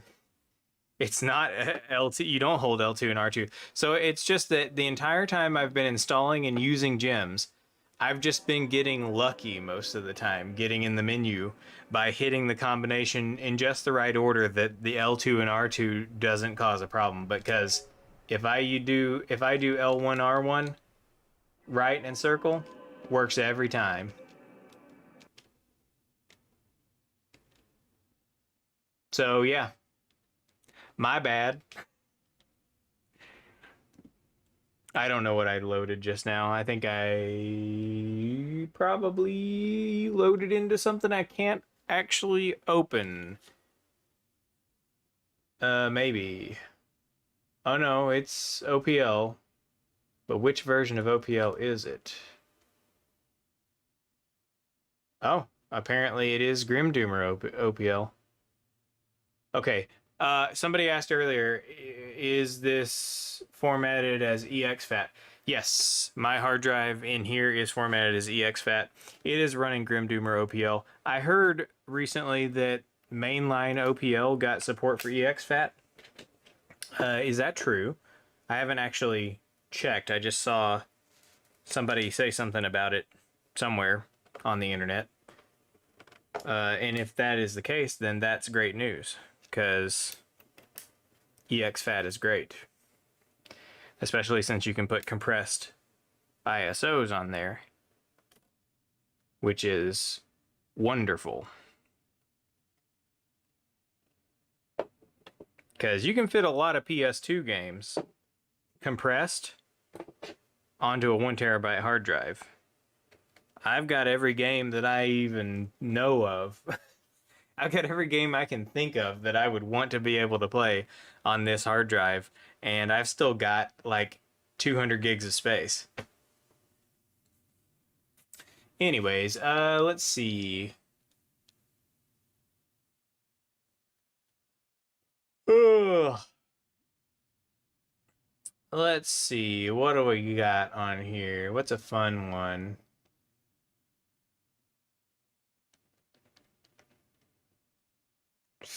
Dare I go into Gran Turismo 4? You know, I don't even know, how does the gem behave if you put it in 1080i?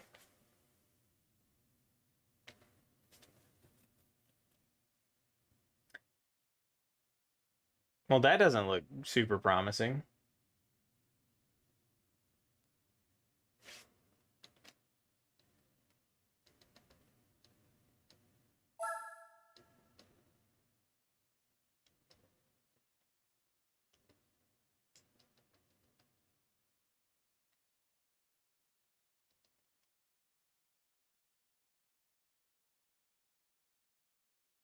Hmm. Oh, you know what? I think I have this game forced in GSM to 1080i, and I don't think the GEM is happy about it.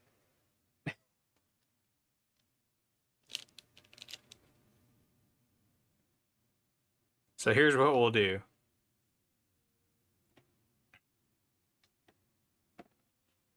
We'll go back in and we'll check and see what I had set on OPL. I think I had GSM forced to 1080i, which may not be a good idea, because Gran Turismo 4 is supposed to display menus in 480 even whenever you're in 1080i mode. So forcing the whole game to 1080i might be a problem. I think I recall experimenting with that, and yes, I do have it forced to 1080i. We'll just put that on NTSC. Actually, yeah, we'll just turn it off for now. All right, let's try Gran Turismo 4 not forced to 1080i in OPL, and we'll see what we get. Hey, look, it's with letters and words instead of lines.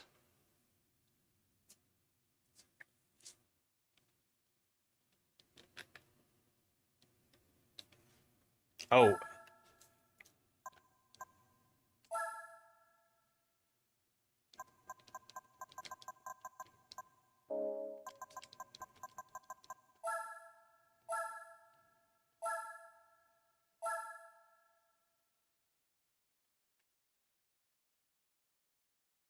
Does Gran Turismo 4 work with a PS1 controller?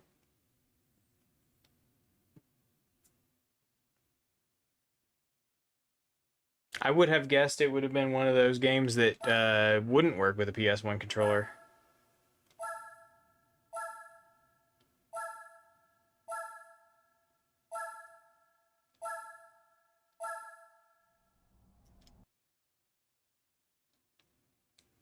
Do I have the deinterlacer set to motion adaptive? I do. Okay.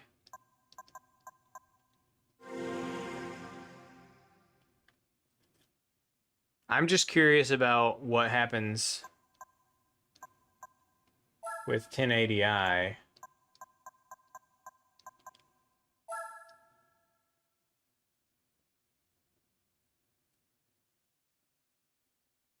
Huh.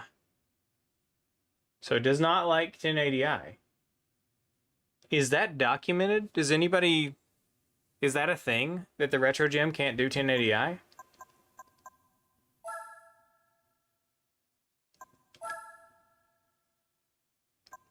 Does 480p just fine.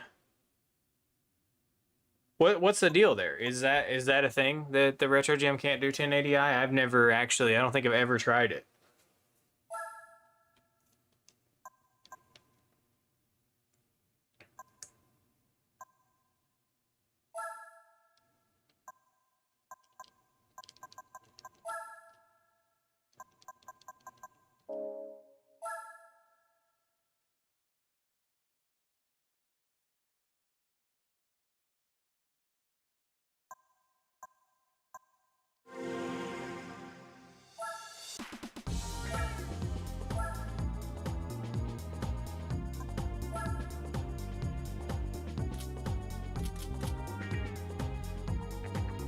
Oh, yeah. I don't think, Oh, yeah, I guess I could do an update on the gym. I don't have this one connected to Wi-Fi. I don't really feel like it. This is 480p. Yeah. So 480p is working fine.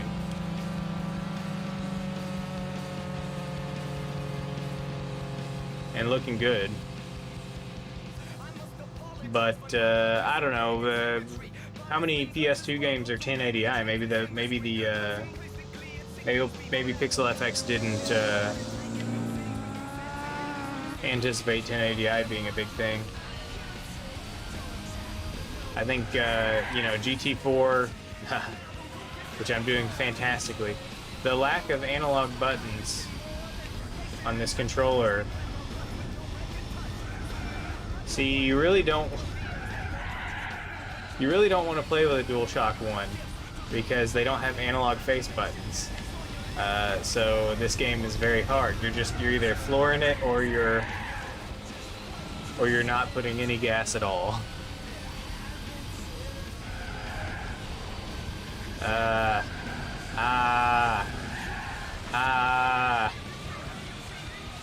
Yeah. Not good on the DualShock 1. Alright, well, that was exciting. That was fun.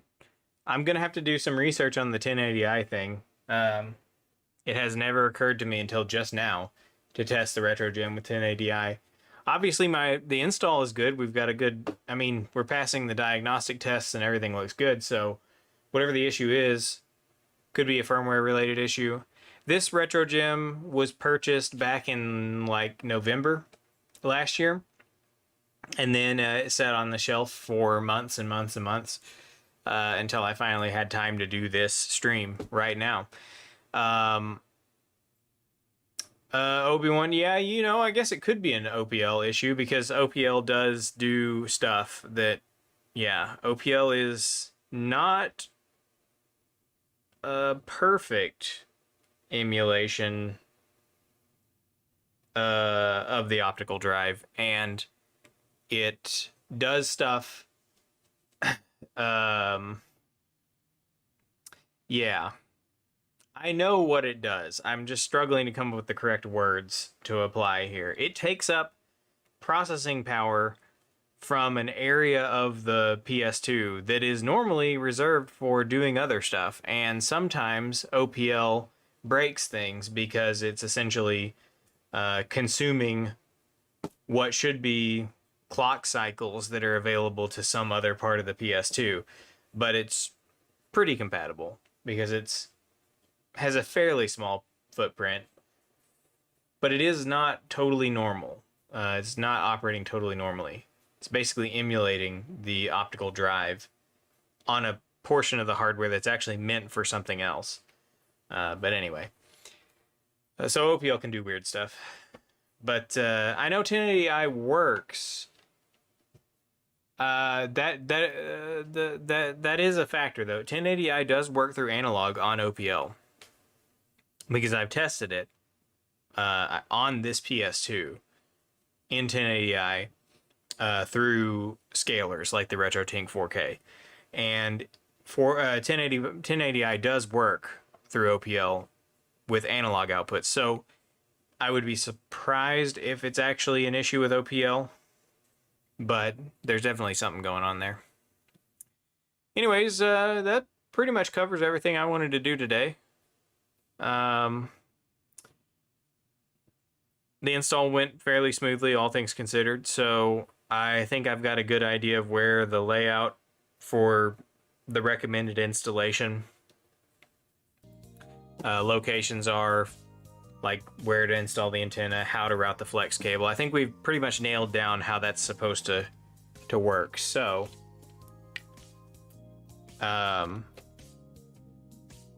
with that being said, I should be able to write up a little guide and get this thing released hopefully soon, like a few days.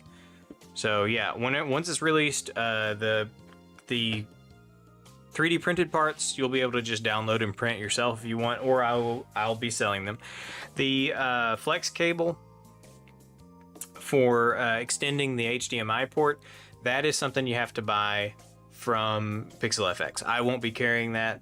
PixelFX has this available. It's listed as their PS2 79K installation kit. Now, they used to sell just the flex cable as a separate part, and it was only $10 back then, but they have reorganized their site and changed up their listings since then, and now they currently, as of this moment, they don't sell the flex cable by itself. They sell it with the main flex and the other mounting hardware that's needed for the 79K PS2s. But Dan did say the other day that they are going to add the HDMI extension back to the spare parts section. So you should be, hopefully in the near future, be able to buy just the flex cable, just the HDMI flex cable, without all the other stuff that comes with the 79K kit. And that hopefully will still be $10. I have no idea if the pricing is going to change on that at all. But that's the only extra part you need. Just the GEM, the HDMI flex cable, and then everything else is just 3D printed. So those will be available. And whenever I sell them, I'll only be selling the 3D printed parts. And if you send a PS2 in to me to be installed, then you will also need to send in the 79K flex cable with your PS2 if you want it installed this way. And for 39,000 series PS2s, I'm gonna insist that they be installed this way. For 50,000 series PS2s, I'm willing to install it the Pixel FX way on those PS2s. But for 39,000s, with all the power supply stuff you have to do, I'm just gonna flatly refuse the standard installation of the on a 39,000. You'll need to get the flex cable, but this is better for you. So this installation method is better for you if you're sending it in to me, because it means that you don't lose your Toslink port.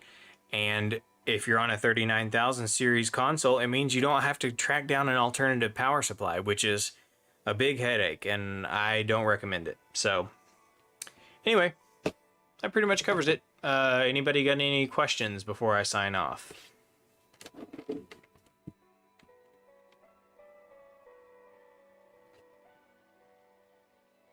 I gotta admit, that retro gem being visible there, it's pretty cool. It's pretty cool. I love transparent things. Transparent consoles are my favorite. Oh, hey, one other thing I wanted to show you guys. This PS2, whenever I bought it from Japan, it was missing the optical drive door. And I went looking for 3D printed replacements, and I was just gonna print one out of blue PLA, clear PLA, but I could not find one that accurately replicates the drive door. There's a couple of different ones that are intended for to have no PlayStation logo, or they are intended to have like a 3D printed PlayStation logo. Well, I have some spares of these PlayStation logos, so I really wanted a drive cover that accurately recreates the mechanism and everything for the PlayStation logo. So I took one of the existing designs that are out there and modified it and put in the hole and put in the little cams into the design that are supposed to engage the PlayStation logo and allow it to lock into place. So if you have a PlayStation that has a missing drive door, like a specialized PlayStation model, kind of like this blue one, and you want to print a color matched version with some filament, then I've uploaded to my Thingiverse the modified version of this drive cover that actually supports the stock PlayStation logo. And this should work for 50,000 series and 30,000 series PS2s. Although I don't have a 50,000 series PS2 to test with, because all I've got is this one here and a 39,000 that is a scrap 4 parts PS2. But yeah, if you have a spare logo kicking around from an old scrap PS2 or something, and you're missing the actual drive door for whatever special variant of the PS2 you might need, if you can 3D print one in the right color, then now there is an accurate replica of the PS2 drive bezel out there on my Thingiverse. So check it out. All right, that's it. Talk to you guys later.